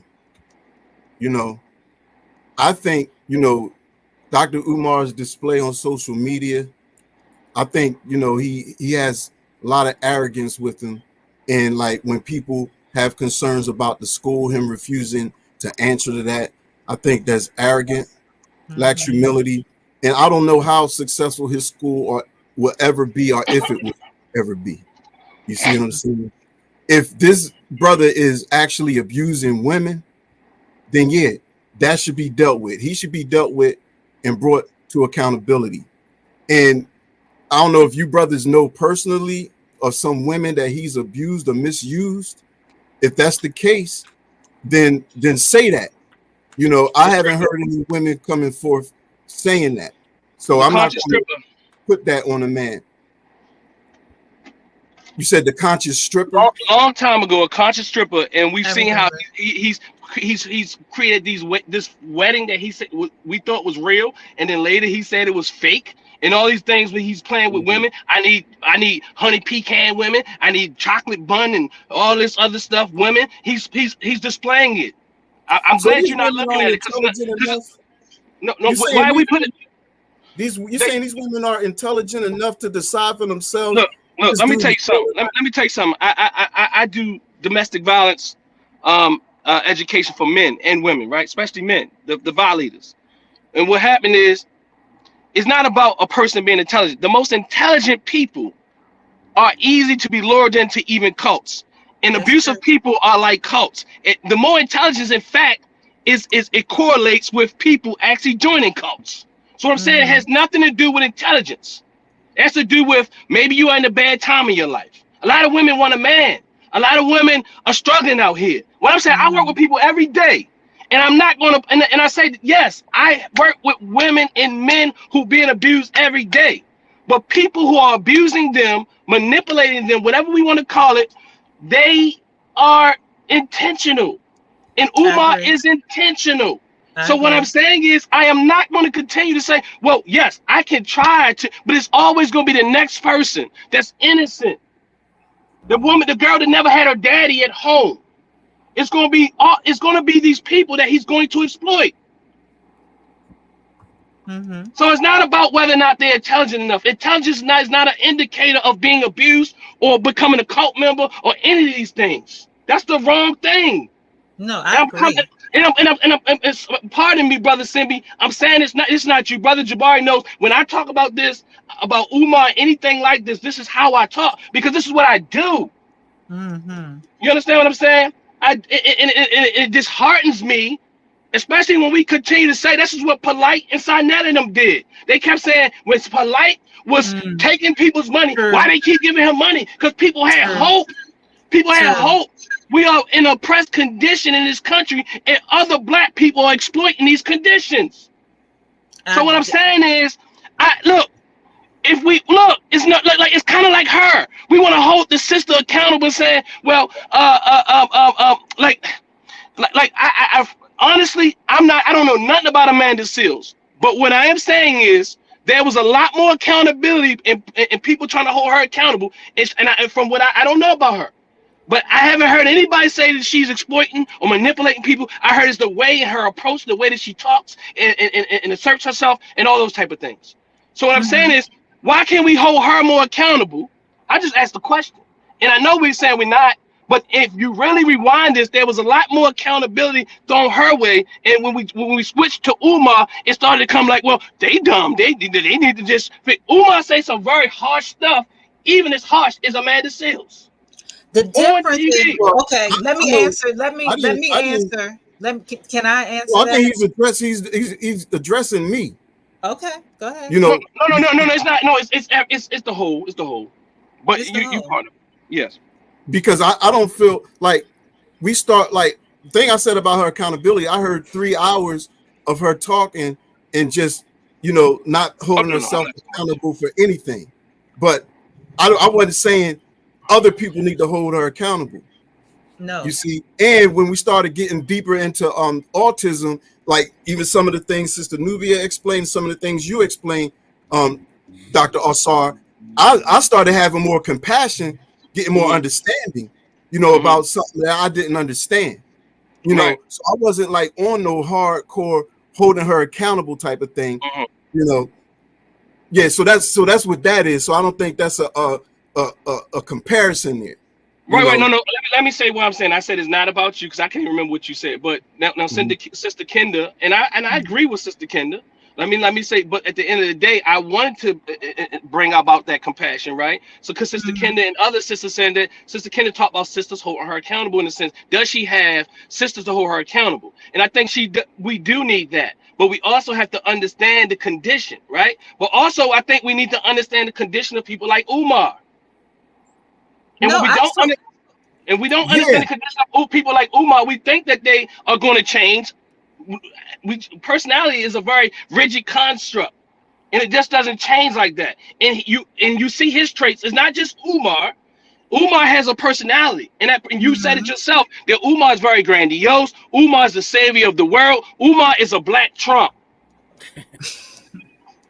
Yeah. So I just want to jump in to say that, first of all, again, like I said, I don't feel, and it's very interesting that when another woman critiques another woman, I'm somehow judged as being more harsher on her.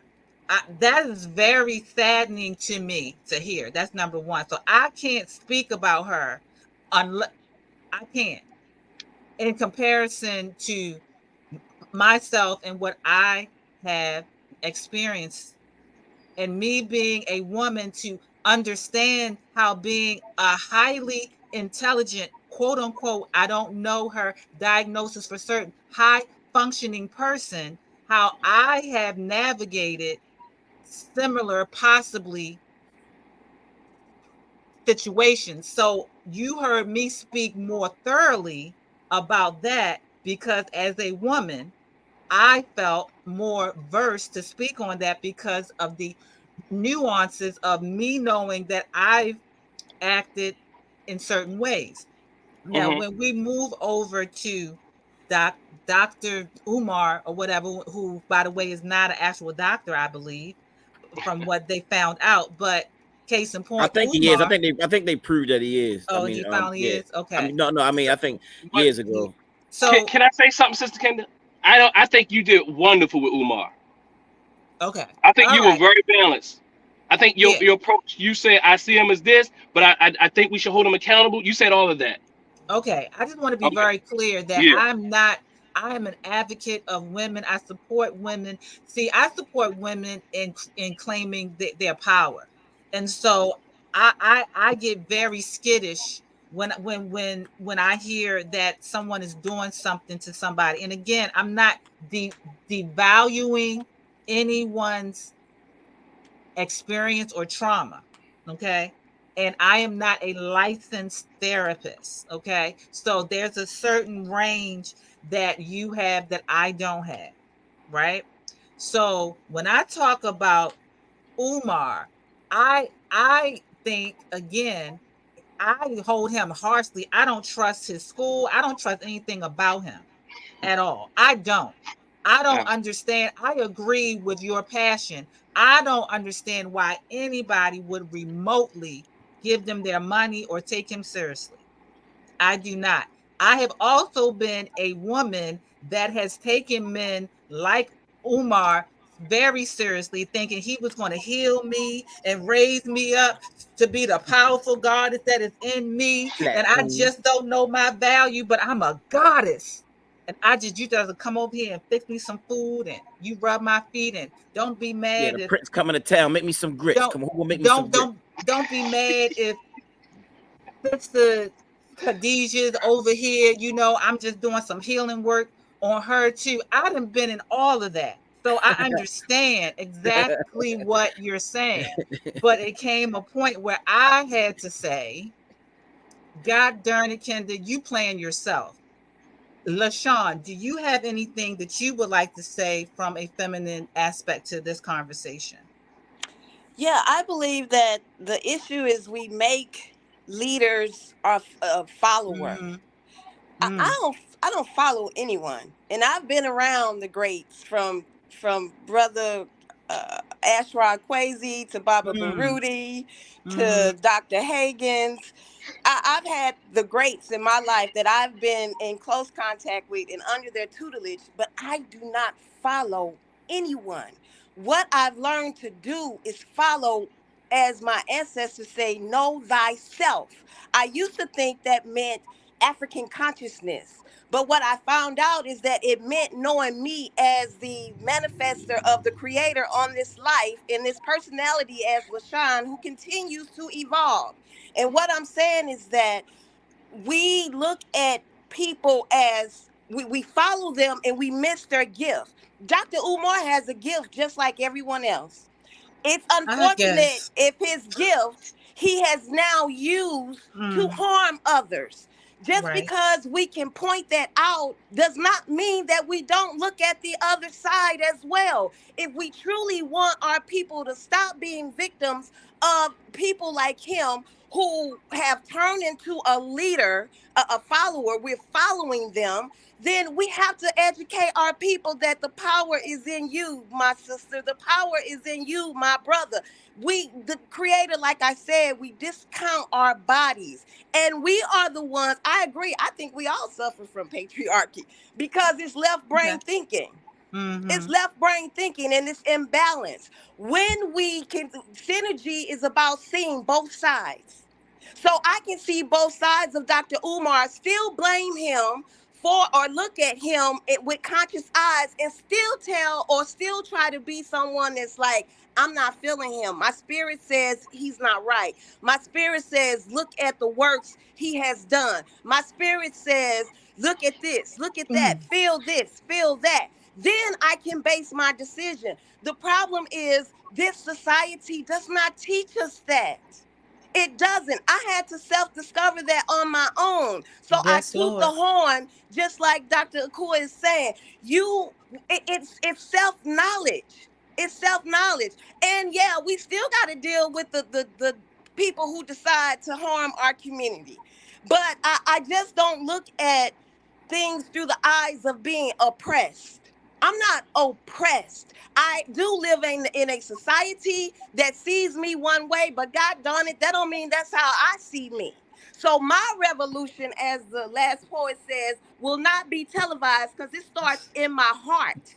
It starts with me knowing self and then spreading that information, not telling you what you shoulda, coulda, woulda done, but saying, hey, you got that intelligence in you. And it is unfortunate that we have people, but I think that take advantage of that, and that we are victims of, you say we are victims of this system, then I can see that too, because everyone doesn't have the opportunities that I've had to learn and sit here. And I was laughing when Dr. Cool was like, people that are ADHD or on the spectrum take notes. I took 3 pages of notes from Club Shay Shay and Amanda. So I'm laughing at myself like, oh, well, shit. But I did it not to hold her accountable, but to understand her, to look at what her coping is. You talked about perfectionism. That is how she coped with the people in her life that yelled. She said her top 3 group of people and shaped her, yelled at her, and they did it out of love. That perfectionism was her coping to protect that little girl who was not seen. She was not seen. So I get what, and I said it in our show, Kenda, that I do not blame Amanda. I don't think she did nothing wrong. I think she is using what she has learned to survive, but there comes a point where we all have to learn to look at ourselves. And Dr. Umar would fit in that too for me. But like I said, his heart is going to be on the scales of my eye too. And I don't think it's just from right and wrong. I think it's how you treat others and how your heart is heavy because you're not listening to it. You're not expressing it. You're not leading from it. And that makes a heavy heart. And I think we are all victims of that until we get self-knowledge, which this society don't want us to have, because we wouldn't have 2 or 3 hours discussion on people. We'd be talking about what we can do as a community to deal with what's going on with us, to talk real revolution. We can do both. Exactly. Yeah, we can do both. I feel with Dr. Umar.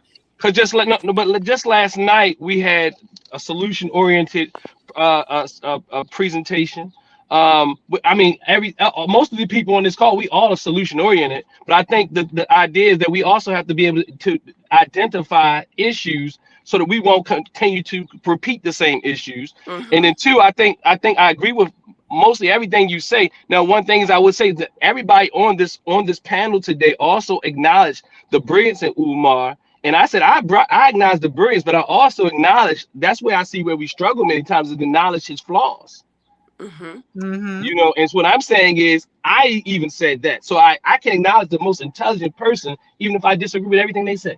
Yeah. And I like to say, everybody even our leaders, everybody even on the people we call leaders, so-called leaders, everybody on this panel, like he said, everybody in this panel have done some great things in this community. So when we come and we saying certain things, we people who got businesses, we people who work with young people, we're people who provide all kinds of services to the community. So nobody on this page, like, I know it's people that come on and they just talk, they just critique people off of what they seen on social media and all those things. Most of us here have worked with Umar, but Dr. Asar worked with Umar before himself. So most of us have worked with those people, and we do services in the community. So that's why when sometimes we see people, we do get a little bit more hot, because we like, wait a minute, If I had raised a portion of the money that Dr. Umar raised, you know what I mean? I started a barbering boot camp, a little barbering school, and I had like 3 people when I first started. We started in the back of my barbershop with nothing. We ain't had nothing. And we started, and now we've grown, you know what I'm saying, to take that to a whole nother level. But we started small. So when I see people raising funds and they raise more money than all of us have, I'm like, man, can you imagine what I would have done with some of the money that Umar has raised? So I'd be offended because I'm like, come on now, y'all. Like, you know, y'all know if I had, if Brother Jabari had that kind of money, we'd be having barbershops and barber schools all over this country. Just from the money that he didn't raise. So that's why we just get a little passionate, because it's just like, come on now, y'all don't offend me, you know what I mean? Because like we out here putting in this work, you know. So that's where the passion and all comes in. And that sounds like Dr. Umar's gift. It doesn't make him a leader though, that I'm going to follow. He could probably be the one, a great marketer, a great orator to help the cause in that manner, but he doesn't choose to do that. I definitely have not said I was a supporter of Dr. Umar. I've said in any way that we all are born with a gift. A gift. It does not make you a leader. And I think we get mixed up when we are looking for leaders to follow instead of recognizing I see the God in you because I see the God in myself. But he tries to convince, as Dr. Asar said, he tries to convince people that he is the it that's happening. Right. I am the prince. I am the answer to the world. I've done more than any scholar ever did in the world that ever. I mean, I'm not saying this. I'm saying this is stuff that he says out of his mouth. You know what I mean? This guy says so much. This guy says so much crazy stuff. I never take him serious, and especially to get enough to get angry at him. But because if people take this obvious clowning that he does, I'm the King Kong of consciousness, Prince of Pan-Africanism, and all of that. If you can't see the ego and the arrogance in that, then you just got some more living to do. And okay, if that's the dude you're gonna rock with, then you know, you're going to learn if this dude is that bad, you're going to get burnt because you didn't learn. Because there's so many people that are already holding the brother accountable based on the videos they make and the criticisms all over the internet. And people still make a decision. Some people still make a decision to follow him. So that's why I'm saying that's on them. I say that the mission, you know, with my post like you just tried to use against me, bro. I say the mission of males is females and females is males, definitely. But I'm not Captain Save-A-Ho. I'm not jumping in front of a woman who's agreeing to be because the way what she's understanding, based on what she wants to do, if she's getting something from this man that she feels is beneficial, she can have her experience. You know, so I'm just saying, me personally, I don't have all that information that y'all got, or the judgment about, you know, what he's done with women. But like I already said several times already, I think he's arrogant, egotistical, and he needs to be held accountable for the school thing. You know, if it's the violation of women, then he needs to be held accountable for that. I love everything that you said, babe. That Captain Save-A-Ho kind of took me out though, but I understand what you mean. It was a metaphor, just I like understand. The Twizzlers and the cheesesteak. Okay, but that's very dangerous to play with that word because the women, you know, I know you were joking, but just to keep it balanced, you know, I don't think that was a good segue to what you mean. Heaven on earth. Shout out to the Mooney Twins. Heaven on earth. That's what Ho is. Heaven on earth. No. So the Twizzlers. I'm not jumping in between. The woman feels that she wants to do. But the Twizzlers. Let me clear it up. I'm not jumping in between what a woman thinks she wants to do. You know, I don't consider black women hoes at all. You know, so pardon me if that was offensive. But when you know, I like the acronym Heaven on Earth. You know, I like to twist everything and make it positive, but I know I didn't come with that energy, so I apologize for that. You know, but I'm saying I'm not jumping in between what a woman wants to do in any relationship she's with. You know, and I just don't feel that that's my job. That's not what I'm talking about, bro. When I say, you know, we here for women and they here for us. So no, but again, I think I'm right on. I understand what you're saying, and also the Twizzlers and the cheesesteak wasn't a metaphor. It was that was real. Fact. That was he really literal. did that. No, but you said it was a metaphor. You said it was a metaphor. Well, it's not a metaphor. It's real. But nonetheless, the other thing is when I think I understand what you're saying. I'm not talking about things on an individual level. Umar is not impacting us on an individual level. Umar is impacting us on a social level. So this is not about one woman, but it is about that one woman. I am Captain Save a Woman. You understand? And Captain Save Women. You understand? Collectively. I know I can't save everybody, but I'm going to do my best to inform people to watch out for for people who are violators in our community, and again to say that to continue to say that women are going to do what they do. We can't stop everybody, but do we? So I think with your logic, and I could be wrong, I don't think so. Who do we save, and who do we hold accountable in that way? Can we hold anybody accountable? Can we my understanding of accountability, just like when I was talking about Amanda Seales, is we got to hold ourselves accountable if we want to understand and if we want to understand why our lives are working a certain way. If we complaining about the way our lives are working, but we're not holding ourselves accountable, we're going to keep getting where we get. So we hiding some things from ourselves. For me, I don't feel it's my job to hold Umar Johnson accountable when, when there's adults. So we just talking about protecting them from women. There's men that follow him. Why we ain't talking about protecting them, protecting the men from him? Well, I think that's equally important, and also the children that's going to be in his school. I think all of it is on the table. I agree. Okay, look, but at the same time, I'm not disagreeing. Like, if you feel, that he's done these things extremely as you feel, I'm not disagreeing with you or any other brothers holding them accountable. But my thing is, it's a lot of accountability we're gonna have to be out there doing if we push holding ourselves accountable. Understand that accountability is a self-initiated thing that we have to evolve into. And instead of always looking externally to what other people are doing wrong, we need to have a culture of accountability. It begins within self.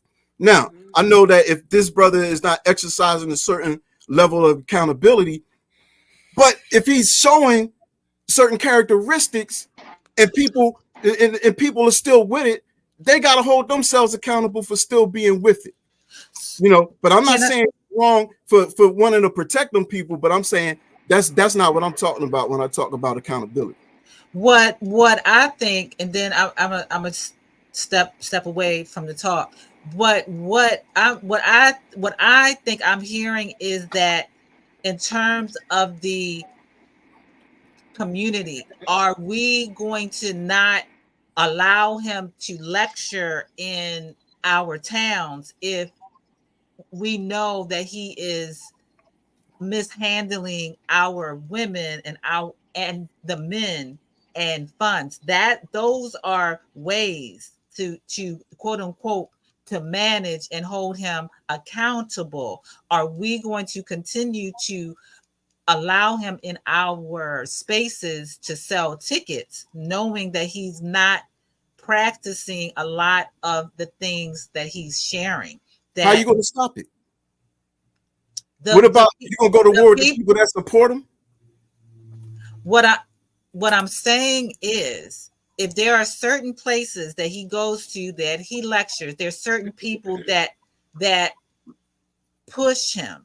Like if he's coming to Baltimore or whatever reasons, we should have a group of people to understand that he's not welcome in this town, holding these types of talks that can possibly lead to harming people. Is that what you are saying, doctor? Yeah, so my phone went out a few, but I think that is one avenue. But I also think just get people. I can't hear you. We can't hear you, doctor.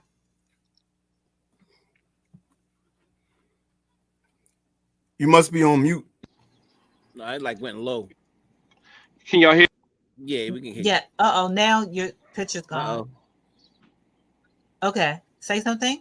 Yeah. I'm sorry. Pardon me. I'm on the phone. I was saying that I think that's one way of holding someone accountable. But I think also coming on platforms like this and really struggling in conversation to get people to see that we should call this thing out. I know people are saying that, if it's on adults, but we got to also understand, the conditions of people and development and all that type of thing. We have to understand that a lot of hurt people are more easy led to be hurt again. I mean, so for me, I'm very protective of our community. And Umar, anybody who's hurting our community, I don't care if it's Umar or Trump or anybody else, I'm going to sound an alarm. So the thing is also, I think that there is important to organize. Brother Jabari knows that me and Jabari had conversations about people I would never bring to town, and I think that we should never bring them to town. And Umar is just one of the many. Umar is just one of the many in the social media age, in these in this level of a lot of charlatans are coming left and right. A lot of cults are being created. A lot of things are being created that is no good for us. And I will sound the alarm, and I will speak to it in a way so people to understand it. Now, again, I understand even what you're saying, Sister Kennedy. I think is right, because I work with sisters who've been in abusive relationships, men who've been in abusive relationships. And the most difficult thing is for them to really see the abuser as a problem. And at some point, they have to wake up and see the abuser as the problem on an individual level, because they begin to give so many excuses on the individual level. No, he doesn't, he does this and she does this and he didn't, and it's my fault. And you know what? So what I'm saying is we don't need any more of that. And what I'm saying is, on a societal collective level, I hear the same thing from Umar and people who don't want to really, they will put it back on the people and on ourselves versus Umar. And I get it. But when you really work with people, you really begin to see how people who are abused or oppressed or in these situations really see the world. And they see the world through the lens that person can't do anything wrong. And that person, because it's so developmental. And that's what you're seeing played out on the stage. And when I'm saying, and that's pretty much what I'm saying. And I'm saying that people like Umar need to be talked about. Again, the people who are being abused by him, we really need to articulate this so they can understand that they are caught up in it, because there's no way that we don't do psychoeducation around the trance that they're in, because it's a trance. And it's a trance on an individual level, and it's a trance on a societal group, collective, conscious community level. Well, so we have to talk about this. Oh, I'm sorry. Well, what I would like to offer is, if you know some of these women that would like to talk, even if we would have to hide their face, I would love to. Yeah, I want to hear from the women. I definitely interview them with women so that they can be held and they can be heard. So if they would be open to it, I would love to do an interview or a stream where they share. And I got men too. I got men too. Men too. No. It's plenty of men in our community. If you talk to them, I know the best friends of Umar Johnson, who were once the best friends of Umar Johnson, the people that he used to mention in his posts and his videos early on. Like, I'm not even gonna say the person's name, but what I'm saying is, there's plenty of people have been abused, even people in this city who've been used and abused by him to accomplish his goals here, even in this very city. I don't doubt it. So I need to be informed about that information. Then, I'm not informed like that. And myself as well. I definitely would like to have them on Just Having Conversation. That is a female panel, female focused show, and I definitely would like to support the women if possible, or the men, but I know that particular show is female focused for sure. Because I think it's a very serious thing when we talking about somebody's character and we accusing them of things. That's why I'm saying I need, if you know these people, I'm saying just look this information. I'm not disputing that. I'm not disputing what you know from your experience and the people that you know. I'm not disputing none of that. All I'm saying is I wasn't informed, so I can't just take somebody saying about someone and just form my opinion, right, and my judgment of them with what someone is saying about them. But if the facts come forward and you actually know people and you got your experience with this man being abusive and things like this, like you say, then fine. And guess what I'm saying though, on a greater level. What I'm saying on a greater level is more than on, and I want to keep it clear that I'm not even speaking to specifics of individuals, right? Again, I keep saying collectively he's abusing us. So, right. I mean, and I know individually he has as well, but I keep understanding I'm saying collectively. Even people that he has misused and mishandled people on his very lives. You understand what I'm trying to say? And what I'm saying is it's not this individual thing that I'm talking about exclusively, but I also hold on, y'all, I switched cars, but you doing a lot. He got like 5 cars, man. He's been in like 3 cars since he's been on the thing. No, my wife wanted to take my car, and I got stuck on the. I forgot that she wanted to use my car to go drive somewhere, so I jumped in hers now. But anyway, so the conscious stripper. Have you ever heard of her, Brother Simbi? I heard of her, but I don't remember the details of the story. I remember years back he had, some stuff on social media about some conscious stripper or whatever, and I don't know if he met her at a hotel. I can't remember the details though. Right. Honestly. She showed all types of text messages, and he talked about he was telling us that he was celibate and all these different things. Look, what I'm trying to tell you is, brother, and I know you are, and I'm not being facetious. I really see you as a sharp brother. But now, as far as personality though, I know that you understand. I imagine if you don't understand personality, just study personality, and then you'll be more clear on the personality type of a Umar Johnson, and you won't even need as much information. The personalities are very, very evident, and that's what I try to teach people. That when you see these traits, when you see this grandiosity, when you see this, I can't take accountability. When you see this, I'm having a tantrum anytime somebody says something about.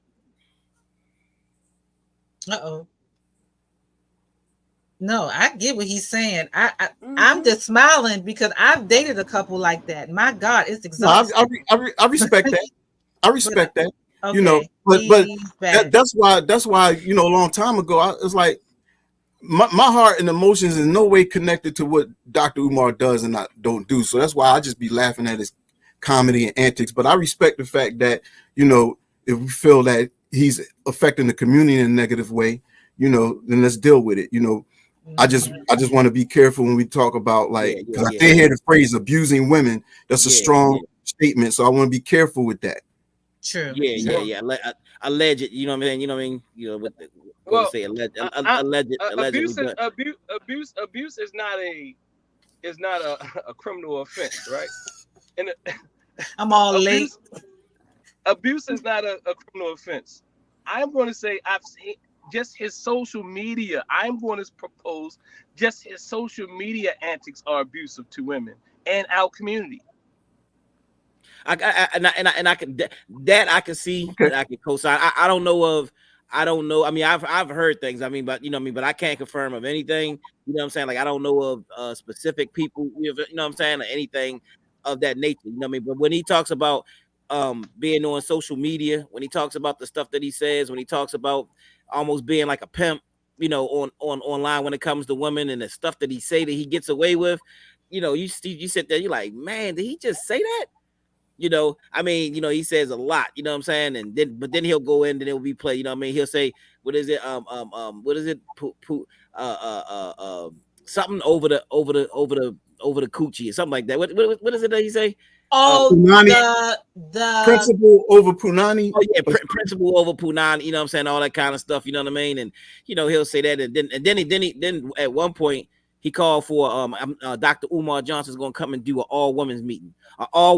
Dr. Umar, just me and women, nobody, no fellas, no brothers, just me, Dr. Umar, the Prince, is gonna address the women. He's gonna address the ladies. Trying to get his Shango on. Yeah, you know what I'm saying? He actually his Shango on. He actually did a call for that. You know what I mean? So it's like there is certain things that that we got to call out. And I know a lot of times we don't like the drama, we don't like the different to bring up and talk about certain things, but he is right now, whether we want to say it or not, the representation of the conscious movement. No, he's not. I disagree with that. No. You can say that, but when people talk about consciousness, they talking about Umar Johnson. You know what I'm saying? Like, when they talk about people with white women, you hear people talking about consciousness. When they talk about snow bunnies, and all the ghost of Umar, they got a whole bunch of jokes. That's social commentary, I think, right? That to me, that's social commentary. Anything black,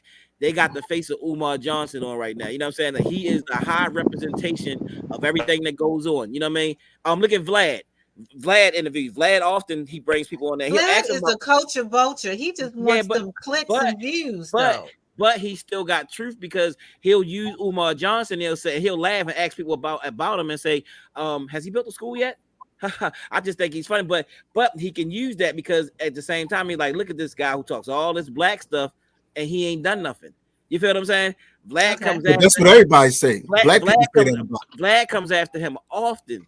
And a lot of other people come after him often from different cultures and stuff. They come after him because they want him to be the representation of our movement. People who talk a lot, they say a lot, but then they do nothing. They absolutely they don't do anything to for the work that they talk about that they were going to do. Okay. You've been talking about a school for over 10 years, and like I said, I ain't criticizing, because we built a lot too, but it's like you've been talking about this for over 10 years. 10 years. And we still we have a school, we have a place, but we don't have an open school. That's what I'm saying. So so that's a lot. So I know family, we've been on here almost 3 hours. My stomach's like, yo, what you doing? Yeah, we've been on here. I just want to say for to brother Dr. Ausar, hey, I enjoyed our yelling match. I hate yelling. It triggers me. Nah. I mean, it's all good. I know you was passionate. You know what I'm saying. But I just wanted to lend some of my passion to the screen too. You can't be taking up all the passion on this mug. But I love and appreciate you, brother, and I respect you. Always. Can I say something real quick, closing? Yeah, go ahead. So abuse. When I'm saying abuse is anything you do to gain or maintain control over other people. That's it. Agree. So in as many ways of doing that, and even if it's your charm, even if it's the way that you articulate yourself, if it's the way that you use statistics, if it's the way that you use the holy books that we have, we all know that men for centuries have used the Bible to relegate women to inferior positions, and we know that that slave owners have even people who have enslaved African people have used the same book in different books and all types of things. It's all types of cults. The thing is to gain and maintain control over people, and there's many tactics. I agree. So abuse is not that major of a word. Okay. And sometimes when people hear abuse, oh, okay. Yeah, when you say abuse and women, wanted to share. He's just trying to make the point about the abuse. Okay. When you say abuse in women, when you say abuse in women, we think about somebody like, like, you oftentimes think of some kind of rape or something like that, or he does something, like something that's totally in violation. That's physical. That's on a physical level. So that's what people thinking, you know what I'm saying? And to put that allegation to have people thinking like that, you know what I'm saying? That's what somebody was talking about, Okay, no, I think we get that, yeah. Yeah, I just wanted to speak to, we talked about consequences, and there are natural consequences. Dr. Umar is suffering natural consequences to me, as far as my observation, because anyone who, I think we all kind of toot ourselves a certain way. We've learned that. I think that's a part of our response to being suppressed or repressed, is to say, this is who I am. You know, you have your Dr. Sabies, you have Queen Afua, you have all these people who put titles to themselves, including myself. But I do believe that there is natural law. And I believe with man, we get confused. Like for me, accountability is not me checking you. Accountability is you checking yourself. Now, yes, I can hold you responsible in regards to how I respond. And that's what I feel like we need to do on a collective level, is to teach our people about natural law, not just man's law, and that there are natural consequences. If someone, to me, Dr. Umar, I would love to hear his inner talk to himself, because I bet you it's totally opposite than what he presents to the world. We talk about victims. I think he was a victim also, and this is the way he copes. This is the way. So do we have compassion for him and the way he copes and pull him to the side, not so more to punish him, but to be like, what happened to you, brother, that you are doing this to women, that you are taking advantage of our community, the people that you say you love? What happened to you in your childhood that this is the part that we now present? I'm not making an excuse. I'm just saying the way to look at it, and where natural consequences do come in your own personal suffering. And so we don't hear that a lot. When we talk about accountability, I think we're looking from the eyes of patriarchy, man's law. Right.